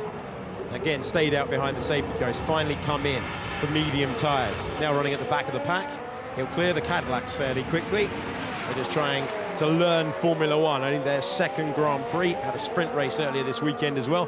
That was won by George Russell, who's got the gap down from 8 seconds to 6.8 seconds. See if he can keep chipping away. Last time around, 0.6 of a second faster. Fastest lap for him on the way as well. So certainly not done out front. Antonelli's got I don't think there was any traffic for him on that lap either. No, he's got a good clear run till he catches Nico Hulkenberg, who's now taken his pit stop at the back of the field. So it's a straight fight between the two Mercedes, and Russell's just chipping away at it. We'll see if it's 0.6 again, it will be alarm bells for Kimi Antonelli's side of the garage, but it will be difficult to replicate that lap after lap. George Russell taking a while to clear the Ferraris scrapping brilliantly earlier in the race, and then the mistake, the most recent development in this battle for the final step of the podium, the lock-up for Charles Leclerc. Charles Leclerc will be ruining that one, and once again he's got to think about a move on his teammate. Oliver Behrman keeping Max Verstappen at bay. That gap has been around 2 seconds for a while now. Pierre Gasly 4.1 seconds away on the hard tyre. Liam Lawson looking for his second point score of the weekend with a really strong strategy in the sprint. And let's have a look at Kimi Antonelli, the state of the hard tyres, what it looks like to be a 19-year-old leading a Grand Prix on lap 38 of 56. He's never won one before. He'd be the second youngest in the history of the championship if he's on the top step today. Only Max Verstappen has won younger in Formula One history. Very little that I can see getting in the way other than a reliability issue. I think he's managing it beautifully out front, and that is a comfortable 6 seconds or so. If it starts coming down to sort of 4.3, you might start getting uncomfortable, but that's within a window where you don't need to go searching in the braking zones and risk locking up like we saw with Leclerc. 3 thousandths he was quicker than Russell on the last lap, so more or less an identical lap time, and that was Antonelli responding with the new fastest lap of the Grand Prix as well. 1.3 seconds quicker than Hamilton on the last lap, so I think they are unleashing a little bit now, the Mercedes out front. The Ferraris are dropping back into their own private battle for third, which will keep us on the edge of our seats for the moment, I'm sure. Flat out, little switch change for double switch change for Leclerc through turn 7.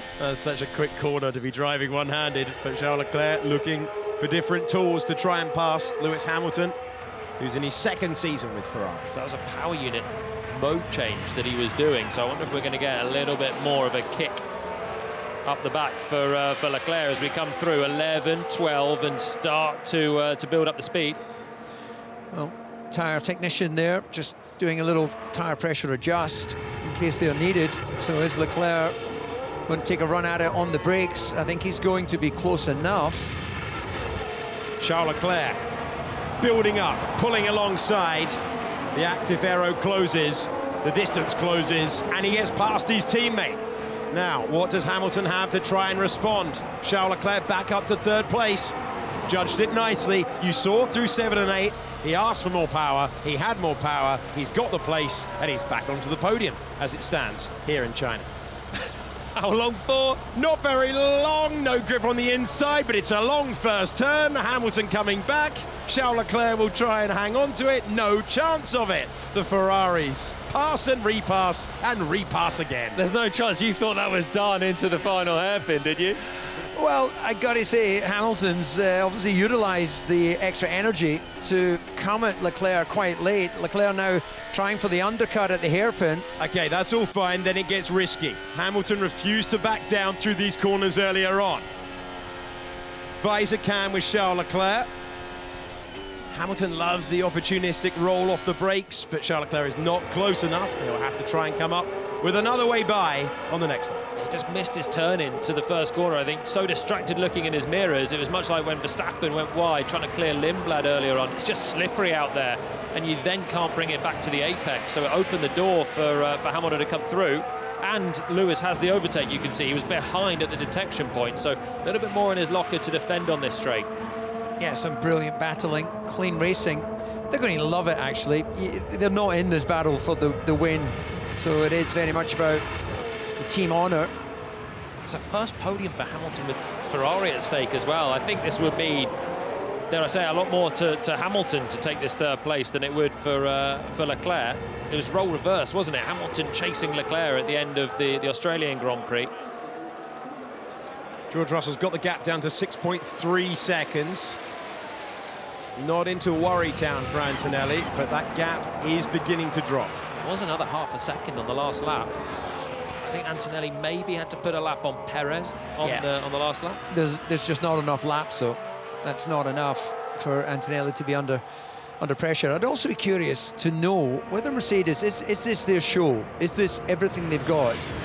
And if it is, have they said, right guys, we've got to see big picture, manage it to the end, or is this continuing to be the best that both these drivers can give us? If I was on course for a first Grand Prix, I'd want you in my ears, DC. You're great, you're not going to be under pressure, don't worry about it. 15 laps to go. Isaac Hadjar is sizing up Liam Lawson. These two know each other well, paired together for the majority of the season last year, all but the first two races. Lawson continuing on, Hadjar given the promotion. Hadjar, who had the spin on the opening lap of the race. That is actually quite a fun battle. I'm glad. More radio gold from those two. Brian Bozzi in conversation with his driver, who seems to be chilled with it at the moment. He won't be happy with the mistake into the hairpin. He'll want another go, and ultimately, he'll want the podium. If he gets there again, it'll be his 52nd in Formula One. Antonelli has responded and just taken a couple of 3/10 out of George Russell lap for lap, and showing he's got it all under control. Responding to your confidence. 7 seconds. I think he has got at that little bit more. When he needs to respond, he can up his pace. I think we are breaking records though, aren't we? Youngest ever pole sitter for Antonelli yesterday. He's on course to become the second youngest race winner. We've also had someone declaring they're having a lot of fun losing out in an intra-team battle. You don't get that on the airwaves very often. No, driver union will be onto him. Can't say you're having fun, but it's been fun for us to watch. At this stage, it looks like Hamilton started to find a bit of comfort in the balance of his car. He's pulling away a bit from Leclerc. Saw it at the end of the Australian Grand Prix. Hamilton was able to close in on Charles Leclerc, and he's pulling away from him now. 1.5 seconds is the gap. And Leclerc had the track position, but crucially, Hamilton was able to come back immediately. And he's being told on the radio he's doing a good job on for his first Grand Prix podium with Ferrari if it stays like this. Allow me to correct you. A very good job. Well, you're the expert, DC. Well, no, I was just reading what his engineer said. His engineer said you're doing a very good job. I'm not correcting your analysis. I'm just saying, you know, you chuck a very in front of a 7-time world champion's performance, I've got to assume that means it's extremely good. Hamilton revitalized by these new regulations. So aggressive yesterday in the sprint race to take the lead. Again today, refusing to let his teammate escape. Close proximity, 1.2 seconds between the pair of them. Last couple of laps, Kimi Antonelli has decided to shut down the conversation of Russell catching him. This traffic is so bad. Yeah, copy. That must be what cost him on the when the gap came down by over a second, and Russell has now experienced that for himself. Problem for Antonelli now is he's got Hülkenberg racing Ocon directly in front of him. Here you go, you're looking at the picture right now. Ocon with that 10-second penalty. Hülkenberg, who didn't stop under the safety car and waited, so he lost the full 22 seconds to the pack. He's got a great tyre advantage on so many ahead, but not Ocon. And he's stuck there at the moment. Antonelli wants them out the way quickly. He wants to tick off the laps. He's into the latter stages. He would be Italy's first Grand Prix winner since Giancarlo Fisichella in 2006. It's been a long wait for Italy, and it's come to hearing their national anthem first when the trophy is handed out later. Kimi Antonelli trying to do that at 19 years of age. And Russell will still be the championship leader, having cleared both of those Ferraris. The gap will be 3 points in the World Championship as it stands. David Lindblad. A couple of spins across the weekend, one in the sprint, one in the Grand Prix. And the British 18-year-old rookie is back out into the racetrack. He's got the Cadillacs. They're coming past. And that elevates Carlos Sainz to the points. Driver who started way down the order and was really pleased with his lap. He was 17th earlier on. And Sainz trying to score points for Williams. He was on the podium for them a couple of times last year. Yeah, he's got Colapinto running about 3/4 of a second quicker. And so that's going to be difficult for Sainz to hold on to that. It's actually pretty amazing that he's there in the first place in the Williams that's been a standard Q1 exiter in qualifying so far. He's, both times as well, has had rocket starts from the back of the field. We saw Fernando Alonso jump up to the edge of the top 10, but Sainz came with him. The two Spaniards are very good off the line. Sainz was the fastest of anyone off the line in Melbourne. This time he's managed to keep his Williams in contention for a long time. Yeah, well, also notable mention for the two Cadillacs still running, given that they were up against the spare parts at the first Grand Prix. Never mind coming here, got away with that Perez attempt of an overtake on the first lap. That would be a big result and lots of mileage and knowledge if they got both cars to the finish. So Sainz is going to come under pressure from Colapinto at some point. We wonder what damage Colapinto has as well, given he's had the contact. The other one is Hülkenberg, who's pitted and is on a fresher set of mediums, trying to charge his way up towards the back of the point. So that's one for 10th place. Remember Hadjar on the first lap, spinning off through turn 11? Well, he's now looking like he can get some points in this for Red Bull as well. It's just a good day for the underdog, isn't it? When you've got the two McLarens not even starting the race. You've got Bortoletto and then pretty quick Audi not starting the race. They're the sort of days where if you're Colapinto searching for a point with an Alpine, you hope that you're going to get your chance. And he's obviously been a bit unlucky with the Ocon swipe. And if you're Williams, if you can get a point here, that would be a huge amount for them. Mercedes 1 and 2, Ferrari 3 and 4. Oliver Behrman trying to keep his 100% point scoring run in Formula 1 2026 going. It would be a very strong 5th place if he can stay there, because he's had Max Verstappen behind him for the entirety of the second stint.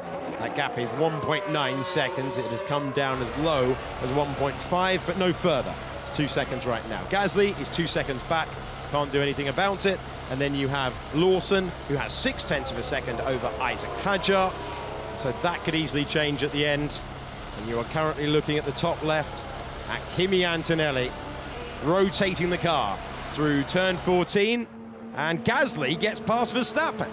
Gasly gets past Max Verstappen. The Alpine gets past the driver who was rattling off podium finishes and wins for fun. Verstappen's slowing. I can see him outside of the window. He's cruising through turn 8 right now. There he is. Max Verstappen's tough start to Formula 1 in 2026 continues, and he's told by the team to retire the car.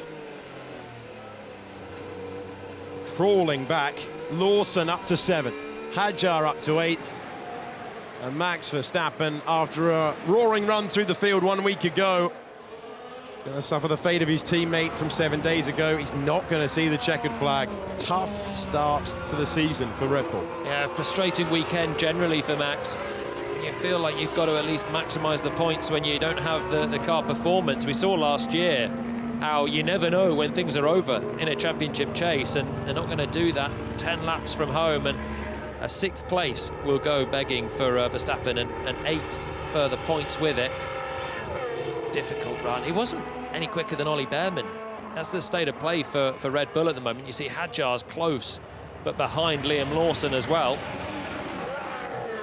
That elevates Sainz to 9th, Colapinto to 10th, and Colapinto is charging down that gap to the Williams as well, so it's coming back to him, and Hülkenberg has an awful lot of ground to make up to get back to that final point. Well, Colapinto hasn't scored points since the USA in 2024. It's been a long time. He's been under sometimes very public pressure from the team. This is on board with Max Verstappen as his chance of points expired in the Chinese Grand Prix.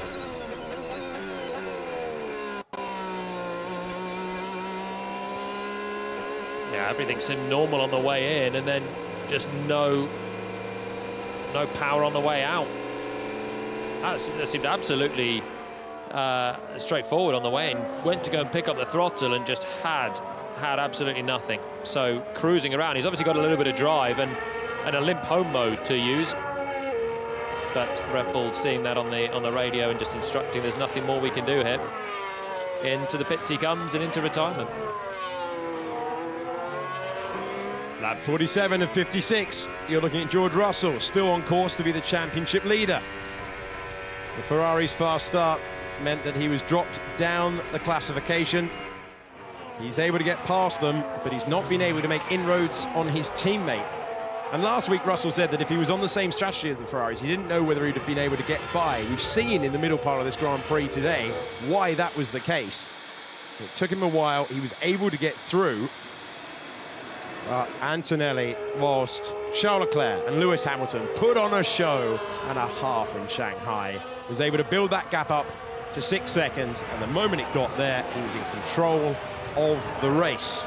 He's ticking off the laps. Max Verstappen is out of the car, and so he joins Fernando Alonso, Lance Stroll, Oscar Piastri, Lando Norris, Gabriel Bortoleto and Alex Albon. 15 still running in the second Grand Prix of the season. Leclerc ready to put a lap on Valtteri Bottas on the back straight. 3 seconds now between the two Ferraris. It's like Hamilton's heading towards a first podium for Ferrari at this stage, and a great weekend really for Lewis. The way that he went aggressive, he's been so aggressive, hasn't he, in his wheel-to-wheel. So has his teammate. It's been an amazing fight. But we saw it as well yesterday in the sprint. He was back to the front, leading the race for a while. It's so good to see Hamilton back on form, and it's a great tool for Ferrari to have in their locker as well. 2 drivers to take the fight, even if they were so busy today racing each other that they did in the end allow Russell through. Leclerc still sliding his way through 1, 2 and 3 rallycross style. I was thinking, has someone spun it? No, it's just Charles Leclerc lighting up the tyres. It's not quite got the grip at the end, and you don't see that very often. Not a bit of gardening, I promise. They're just trying to get rid of the bodywork that's loose on Ocon's car. So the lockers out. Got the shears out.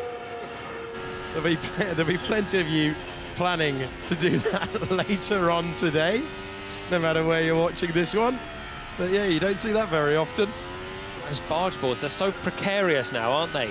Exposed out wide, and see the contact there, and it's caused further damage maybe into the radiator sections. They actually just need to clear that if they're going to finish the race with Ocon. Just learn something. I'll have a bit of, when it goes rudimental, bit of tape. Yeah. Bit of trying to break it off the car. When the high-tech world rewinds 50 years, just cut the carbon fibre off it. Let's go. Oliver Behrman took half a season to get used to Formula One, and then from the middle part of last year, Haas brought an update to the car. Suddenly, his feel behind the wheel. And we were speaking to him in pre-season testing. He said, I wouldn't have minded the old regulations to carry on for another couple of years. Completely different task, completely different understanding of what's required, and same momentum. He is looking very, very strong.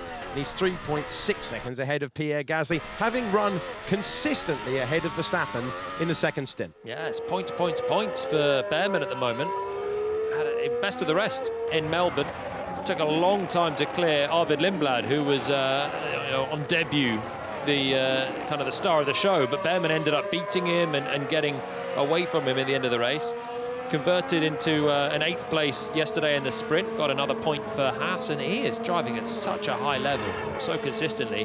He's making Esteban Ocon's life pretty uncomfortable on the other side of the garage, but he is really showing the world what he's all about, Ollie Behrman, and he looks like he's on for best of the rest again. 24 seconds away from the Ferraris, who do have a free pit stop, but not a massive incentive to use it because they're too far away from the Mercs out front. Antonelli is bringing it home, isn't he?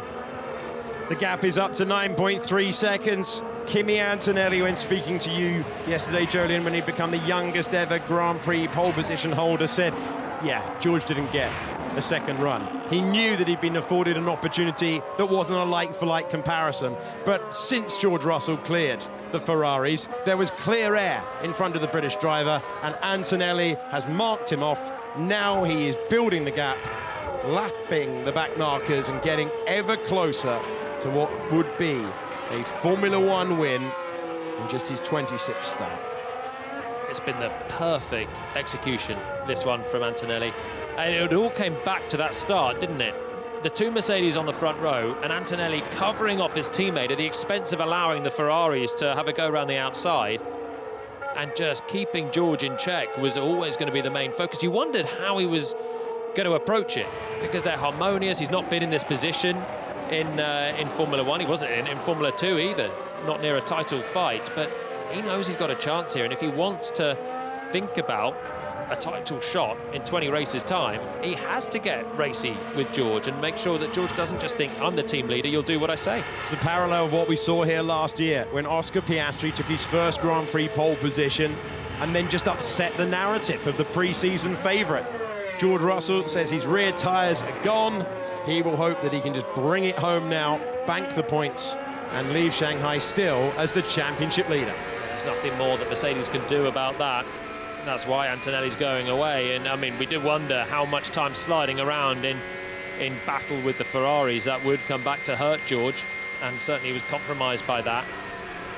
But it's hats off to this guy who's just still metronomic with his pace, keeping things up, keeping the concentration there and hitting the apexes, ticking through the laps, heading towards a 10-second lead over a teammate who I think is fairly resigned to this. But Mercedes can't pit Russell because he'll fall out behind the Ferrari, so he's just going to have to live with that for a while.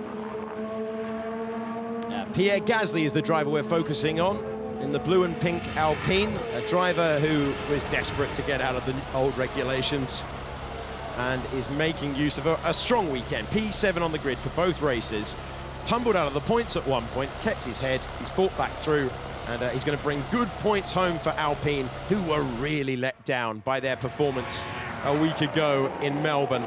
They were really disappointed, but a great weekend for the team if you compare it to last year, where they were 10th and last in the Constructors' Championship. That's the battle for 9th, 10th, and then Hulkenberg in 11th now, getting lapped by the Mercedes. So Sainz is looking good for a final point for Williams. Gasly's had a good run. He's actually slowly getting back towards the back of Behrman. And do you remember that massive fight at the start of the race? There's been so much wheel-to-wheel action, you forget how important it was for Behrman to get ahead of Gasly and in that duel of two Haas's and two Alpines and come out on top. It's still going to be great points for Pierre, and should be a double points finish for Alpine. A little bit more in there for Colapinto. So this is Sainz now lapped down on Antonelli, and he's going to have Colapinto behind him. How hard will he race him with 5 laps to go? Colapinto on much fresher tyres.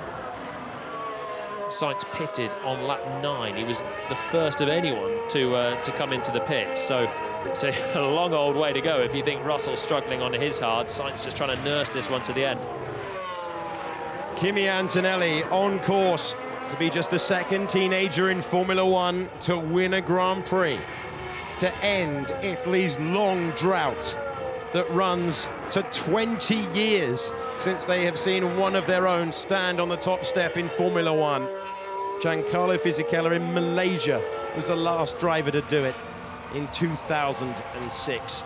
That is the history that he is looking to rewrite now. And he's getting ever closer. George Russell 9.1 seconds away. It was race 2, wasn't it, in Malaysia? Isn't this meant to be the throwback 20 years season? Look back at what happened in 2006. An Italian taking the win on the second race. The much fancied teammate still there in the shadows, Fernando Alonso, in that day in the Renault team, on course for his second title. George Russell, Kimi Antonelli fighting for their first. Charles Leclerc fighting for any remaining grip. He's been struggling to slow it down into that hairpin for a while now. And didn't look like he was making the apex that time. No, I mean, that was exactly how he let go of third place earlier on, wasn't it, when we were on board with Hamilton. The braking zones are really tricky. Your entry speeds are varying lap on lap, depending on your energy deployment. Then the cars anyway on the brakes are tricky. You're not getting the pitch change that you'd normally get from the high speed and a massive stamp on the left pedal. Still be aggressive with it, but the speeds are slightly dwindling at the end of the straights with the energy deployment now. So the pitch change isn't quite the same. The feel's a little bit different. You're getting a lot more regen, energy harvesting from the rear axle as well. But for Leclerc, it's been just a couple of meaty front lockups that have been the errors for him. Lando was saying that, Norris in Melbourne, how he was having to sometimes look at the speed on his dash to work out where he was going to brake for the corner ahead. That's why he clouted Kimi Antonelli's radiator fan on that Q3 run, because it's easy to forget how much work there is and how easy it is to make mistakes in these cars. Lap 53 of 56, you're watching Franco Colapinto in your left-hand box. Trackside, I knew we were going to get that graphic. I've just looked in my notes for that. I needed that 10 seconds before. Oh, off the road! Off the road, the race leader! Kimi Antonelli deep into the hairpin. It's not done yet. There's no such thing as an easy maiden victory. We've seen Charles Leclerc deep into that corner, and the man who is getting ever closer to a moment of Formula One history, deep with 3 laps to go.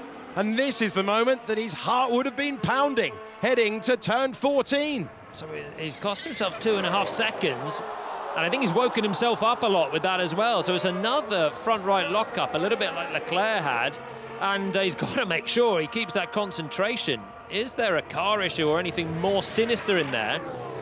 Reminder of Mercedes' issues yesterday, where Russell had an issue with the front wing. Okay, give me 3 laps remaining, so let's just get this thing home. Keeping Bono on his toes in the garage as well. How calm was that from Pete Boddington, who has won so many races with Lewis Hamilton. This would be the first victory for the pairing of Antonelli and Boddington, and just a reminder to keep it clean. I'm amazed we haven't seen more of that. I'm amazed that in his 26th Grand Prix, a driver who said when he had opportunities last year, he felt it. He felt the heartbeat going. He felt the adrenaline up. George Russell had a chance at pole position last year in Singapore. Antonelli felt he should have been there with his teammate. And at the back end of last year, Kimi Antonelli, in 3 of the final 5 Grand Prix, was beating George Russell. He finished the season at one point, September, in the Italian Grand Prix. He fell behind Alex Albon in the championship. He came on really, really strong. There was a standout drive, not just in Sao Paulo, when he raced Max Verstappen to the line, but also the core pace in Vegas. It promised so much. And that's all if you're an Antonelli fan, and I imagine plenty in the Mercedes garage will breathe again. He's on the penultimate lap of the race. Yeah. So I'd wager that Antonelli's heart rate went up about 30 beats per minute. I'd wager Pete Boddington's went up by about 10 beats per minute as he saw that on his squiggly lines of data in the garage. And it seems like he has got it back under control. So maybe just a lapse of concentration. I was thinking that both Mercedes had issues with their front wings, didn't they? Russell suddenly, where the front flap just went away in Q2, so he lost loads of front downforce. You understeer, you lock up. And actually Antonelli had the same thing to a much lesser degree in the end of qualifying as well. He was talking to me so much about this perennial understeer that he had at the end, thinking it was the wind, but Mercedes diagnosed a bit of a front wing issue. So it's held on for 54 laps, but that's the sort of thing where suddenly you have a bit of a front flap go and you hit the brakes as you have done for the last 30 laps metronomically, and you don't have the front downforce. But all is okay. He has the calm voice of Pete Bonington in his ear. And even if he did raise 50 beats per minute, I think Bono's got that in his locker to stay ice cool on the pit wall. Well, the only thing that could deny Kimi Antonelli for a long time was that sort of moment, a jump cut to a driver off the road, but he has been in control.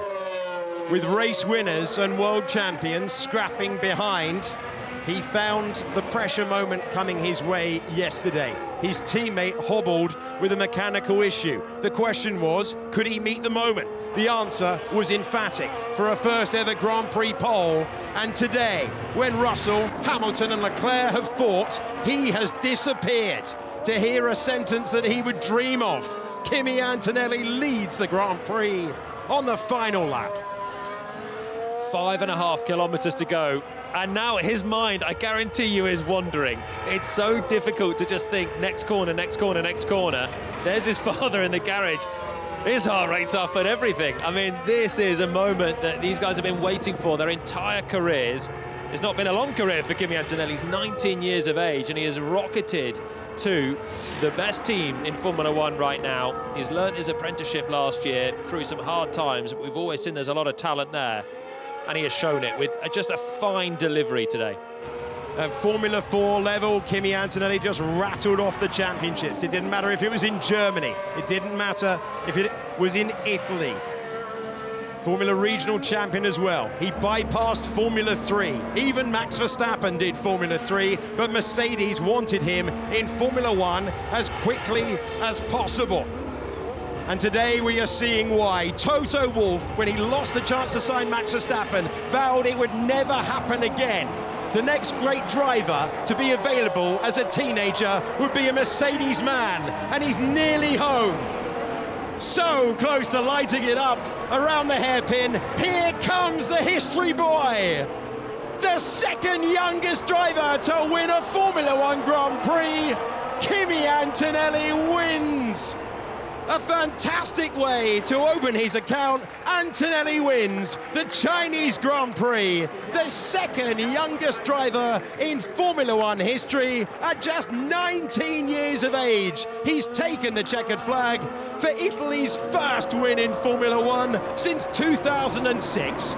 George Russell makes it a Mercedes 1-2, and Lewis Hamilton finally has a Ferrari Grand Prix podium. Charles Leclerc home in fourth. And for Kimi Antonelli, the teenage dream comes true.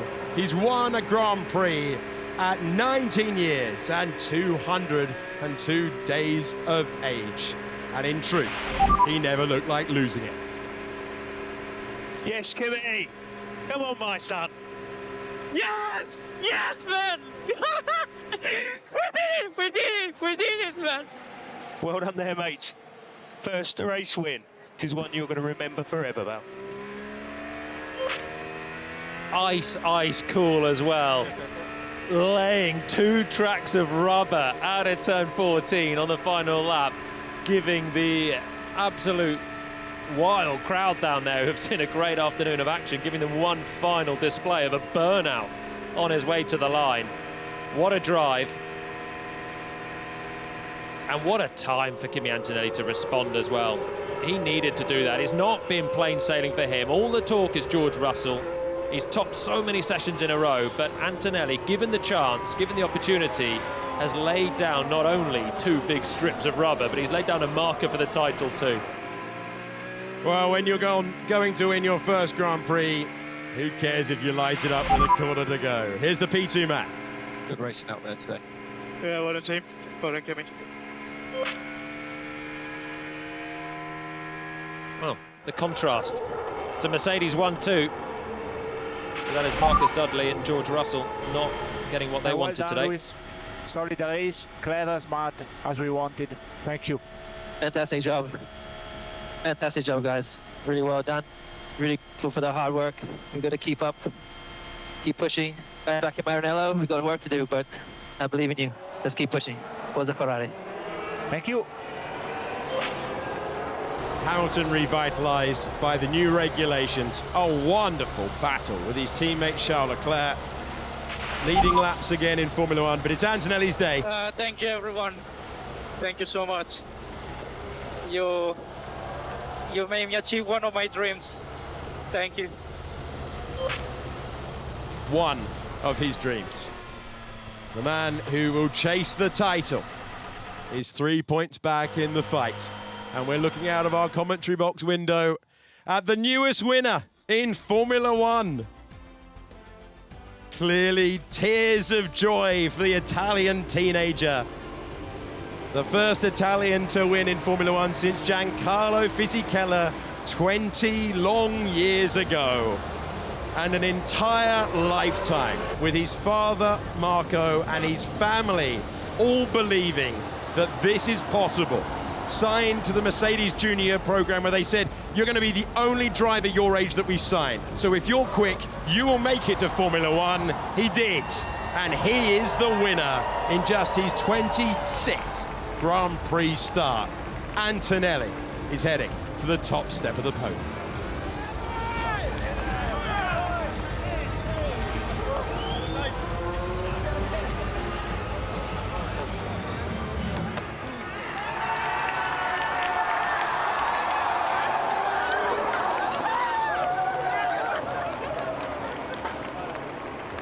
Magical scenes for the Mercedes man, and there's the hug between father and son.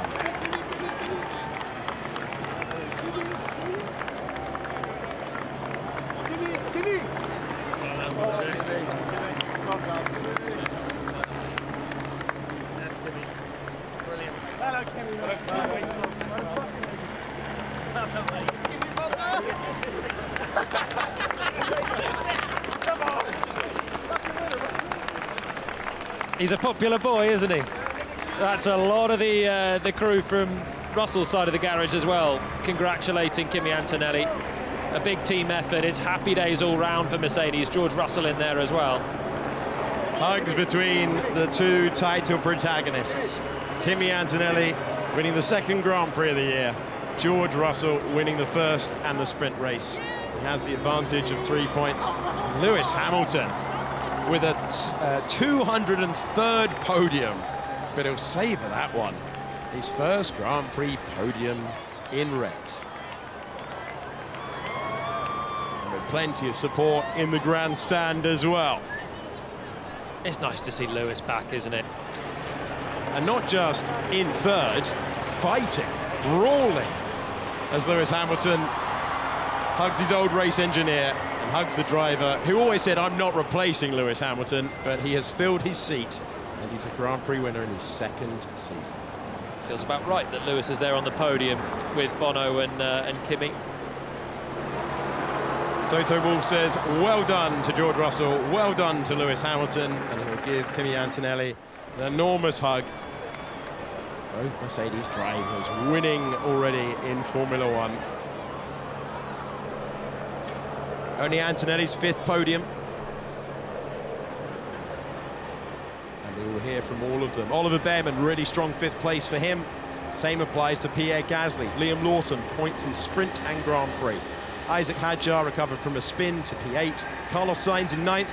And welcome back to the points, Franco Colapinto. A big, long 56-lap effort with contact in the middle. But finally, he gets rid of that stat and he can celebrate 10th place. Gives him a foundation for the rest of the season.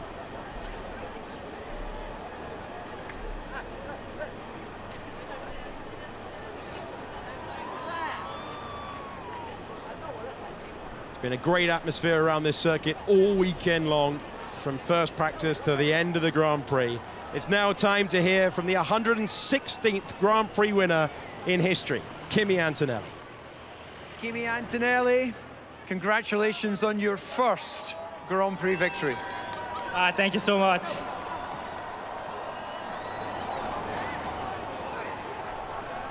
Yeah, I'm speechless.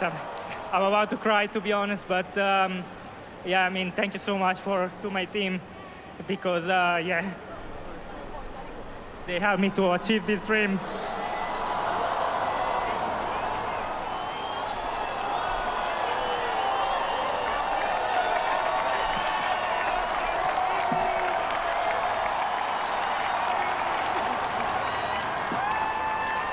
the first Italian to win for 20 years. So a hugely significant moment for your country as well. Yeah, I'm super happy. I said it yesterday that I really wanted to bring Italy back on top, and we did today. Even though I gave myself a little bit of a heart attack towards the end with a flat spot, but yeah, it was good race. And what was incredible was how mature you had to fight hard with George into the first corner, giving up position to the Ferraris, but that decision there won you this big lead towards the end and ultimately the Grand Prix. Yeah, I mean, was not an easy start, and yeah, probably I covered a bit too much on the inside and gave too much room to the Ferrari, but yeah, at the end the pace was good, and we managed to bring it home. I'm going to come back to you, so stay there. George, well, it was a busy one for you. You had the two dueling Ferraris to deal with.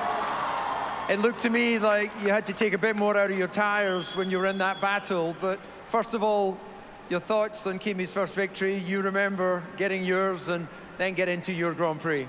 Yeah, firstly, huge congratulations to Kimi, because it's always very special to win your first race, and obviously he's been driving really amazing this year and this weekend especially. So yeah, pleased to be standing on the podium with him and also with this guy as well. So it was a tough battle. Obviously we both had really bad starts again, and the Ferraris shot past, but at the end of the day, getting to 1-2 again is all we could ask for. Okay, George, thank you. And well, Lewis, I never thought I'd be saying welcome back to the podium.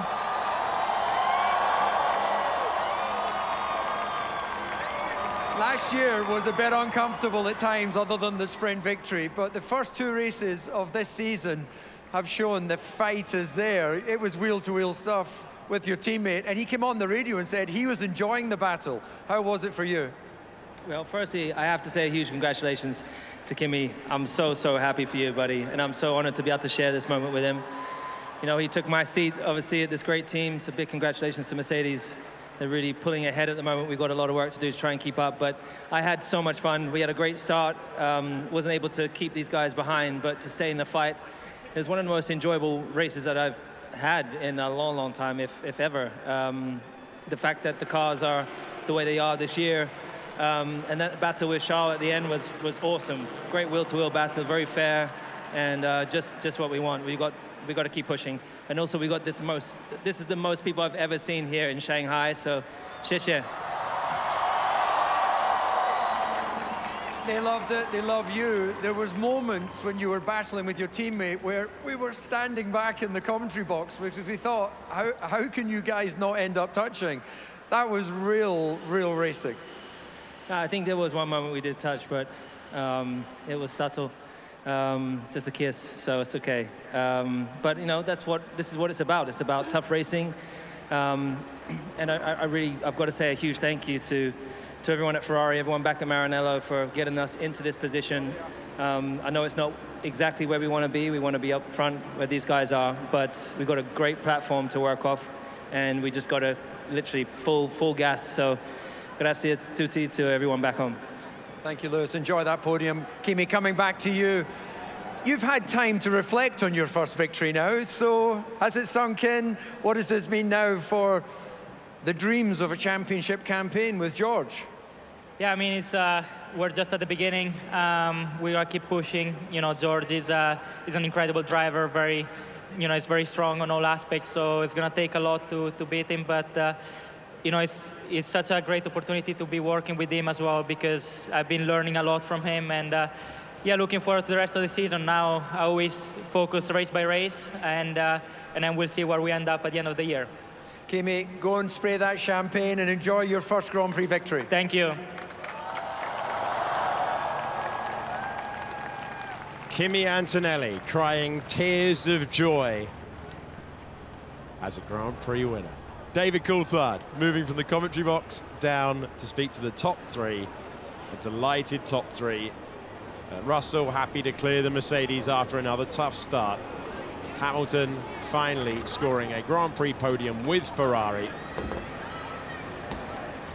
Kimi Antonelli achieving his dream of becoming a Grand Prix winner. Didn't have his father Marco with him in Australia. Father and son reunited in China And he was shaking his head in disbelief when he parked up outside our commentary box. But it's real, it's his, and he'll be spraying the champagne in a few moments' time. Thinking of his family, thinking of the years that go into it. So many drivers dream of this. Some, we just don't hear their name. But we'll be hearing the name Kimi Antonelli time and time again. He's too young. We shouldn't put him in a Mercedes, put him in a smaller team. He needs experience. Look at the mistakes he makes. Here we go, Kimi. Victory. Thanks, Toto. And congratulations to the club of the Mercedes Grand Prix winners. There isn't many, and now you're part of it. What a mega race. Really, really happy. Thank you so much. Thank you, everyone. My word, Toto Wolff kept receipts and list them off on the victory lap. Bold call to elevate a teenager to the works team. And 26 races, 26 Grand Prix into his career. I've never been in it. He's won it. It's like, this is a proper upgrade. I'm impressed. Is this fun, guys? This guys. Ciao. Ciao, Luis. All good? Yeah. Hi, George. Hey. Yeah, we're doing a good race. Senti forte. Bello, mi sono cagato addosso la Io quando sei andato lungo ho detto fermati. Sì, sì. Bravo. Buono? Right. Well done. You breathe now, yeah? I always need to give myself a heart attack. I know you do. Yeah, let me guess, the confidence game.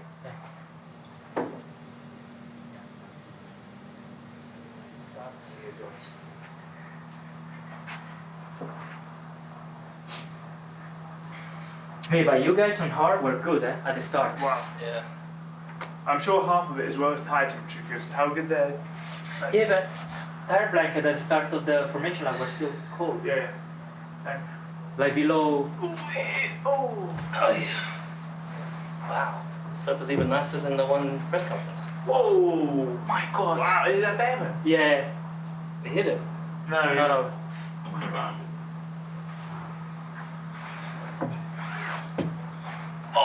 Oh. That's not good. Whoa! Yeah, also me.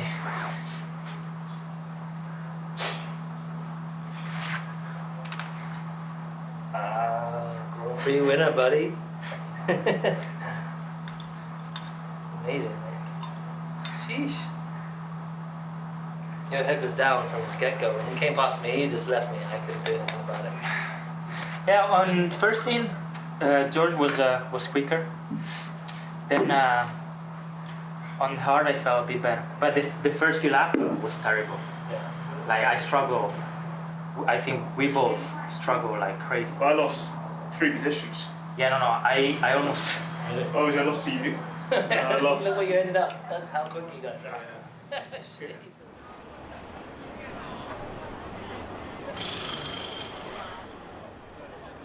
Wonderful reaction in the cool-down room. And Lewis Hamilton's mum is underneath the podium. Happy Mother's Day to all the mums watching.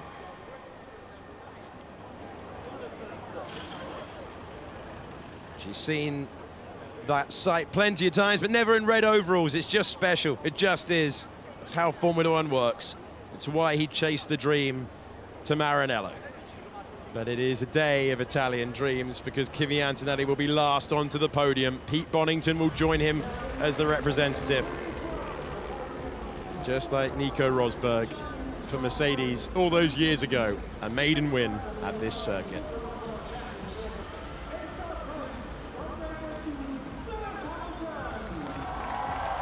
Welcome back to the Grand Prix podium, Lewis Hamilton. He's first with Ferrari.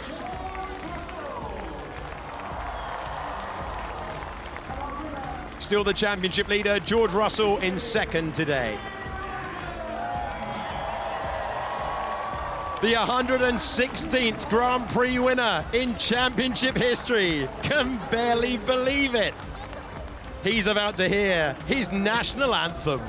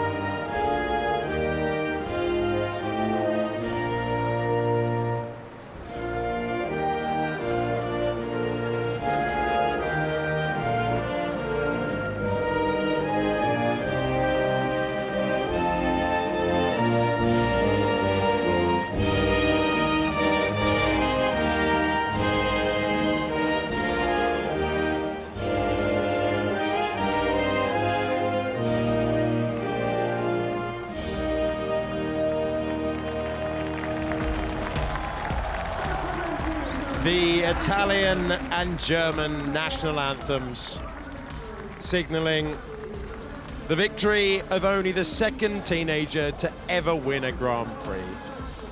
19 years of age and the largest trophy in possession of Kimi Antonelli.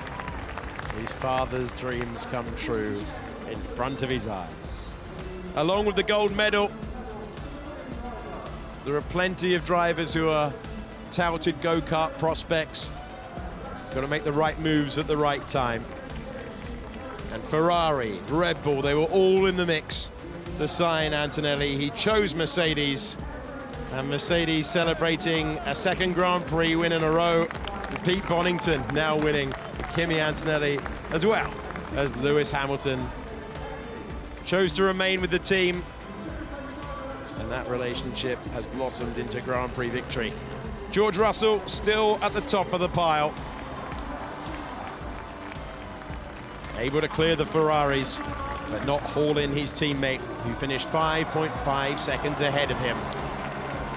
203 Grand Prix podiums for Lewis Hamilton, and now one resplendent in red.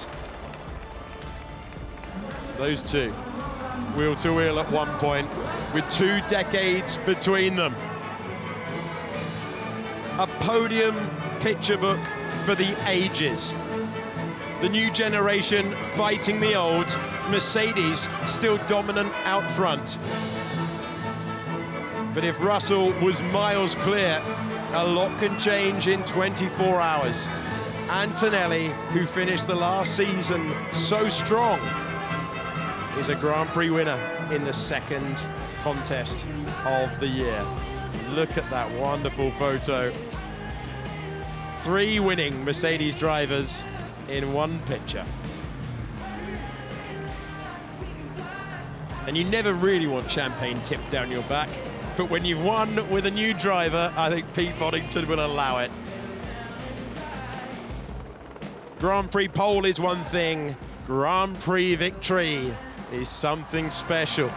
116 names on the honor board. The newest, Kimi Antonelli, And it took him 19 years to get there.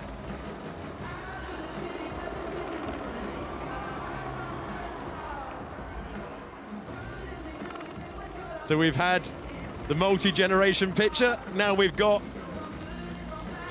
the Mercedes picture. And savor every moment. There are so many races where it doesn't work out, so many moments. You know, there were races last year when he was in tears of dejection because it wasn't working out. He said he got lost with the setup of the car. They had a clear the air meeting after Belgium, after Monza, finished the season strong, put it all together today. Ferrari are providing amazing entertainment, but Mercedes are leading the way. It's something special when you see a 19-year-old win a Grand Prix, but that's what we've all witnessed in Shanghai today. Only Max Verstappen has won a Grand Prix younger than Kimi Antonelli. A Mercedes 1-2 completed by George Russell. A first Ferrari Grand Prix podium for Lewis Hamilton. He got back past his teammate Charles Leclerc, who was fighting throughout, but had to settle for fourth. A really strong P5 for Oliver Behrman, Pierre Gasly in sixth place, and the point scorers rounded out by Liam Lawson, Isaac Hadjar, Carlos Sainz, and Franco Colapinto scoring his first point since 2024. Nico Hülkenberg was in 11th, and then it was Arvid Lindblad. Valtteri Bottas was ahead of Esteban Ocon, who took a 10-second penalty for contact with Colapinto. Sergio Perez, the last of the finishers, retiring. Max Verstappen, Fernando Alonso, Lance Stroll, Oscar Piastri, Lando Norris, and then the final two didn't even take the lights. Gabriel Bortoleto and Alexander Albon. George Russell leads the way, not by much though. And he finds himself ahead of his teammate Kimi Antonelli. It's very, very tight at the top between the Mercedes pair. And then it's Charles Leclerc, Lewis Hamilton, Oliver Behrman having a really strong start to his second season. Then it's Norris, Gasly, Verstappen, and then Lawson, Lindblad, and Isaac Hadjar. Oscar Piastri is ahead of Carlos Sainz. And then we go to the Constructors' Championship. No prizes for guessing that it's Mercedes out front. And then Ferrari, McLaren, Haas, and Red Bull. Racing Bulls level with the senior team. Alpine in 7th place. Then Audi in 8th. 9th for Williams. And Cadillac and Aston Martin still hoping to get on the board. Right, take two. Here we go. George Russell is ahead of Kimi Antonelli. 51 points to 47. We've never done this before. Charles Leclerc is on 34. Lewis Hamilton on 33. Oliver Behrman, brilliant start to the season. He's on 17. Lando Norris didn't start today. He's on 15. And then it's Gasly, Verstappen, Lawson, and Arvid Lindblad. Right. I want to thank everyone on site at Shanghai International. I'm back at Biggin Hill in the UK working all hours of the day. No matter where you watch the race from today, you saw something special. Teenage kicks for Kimi Antonelli, who's won a Grand Prix at 19.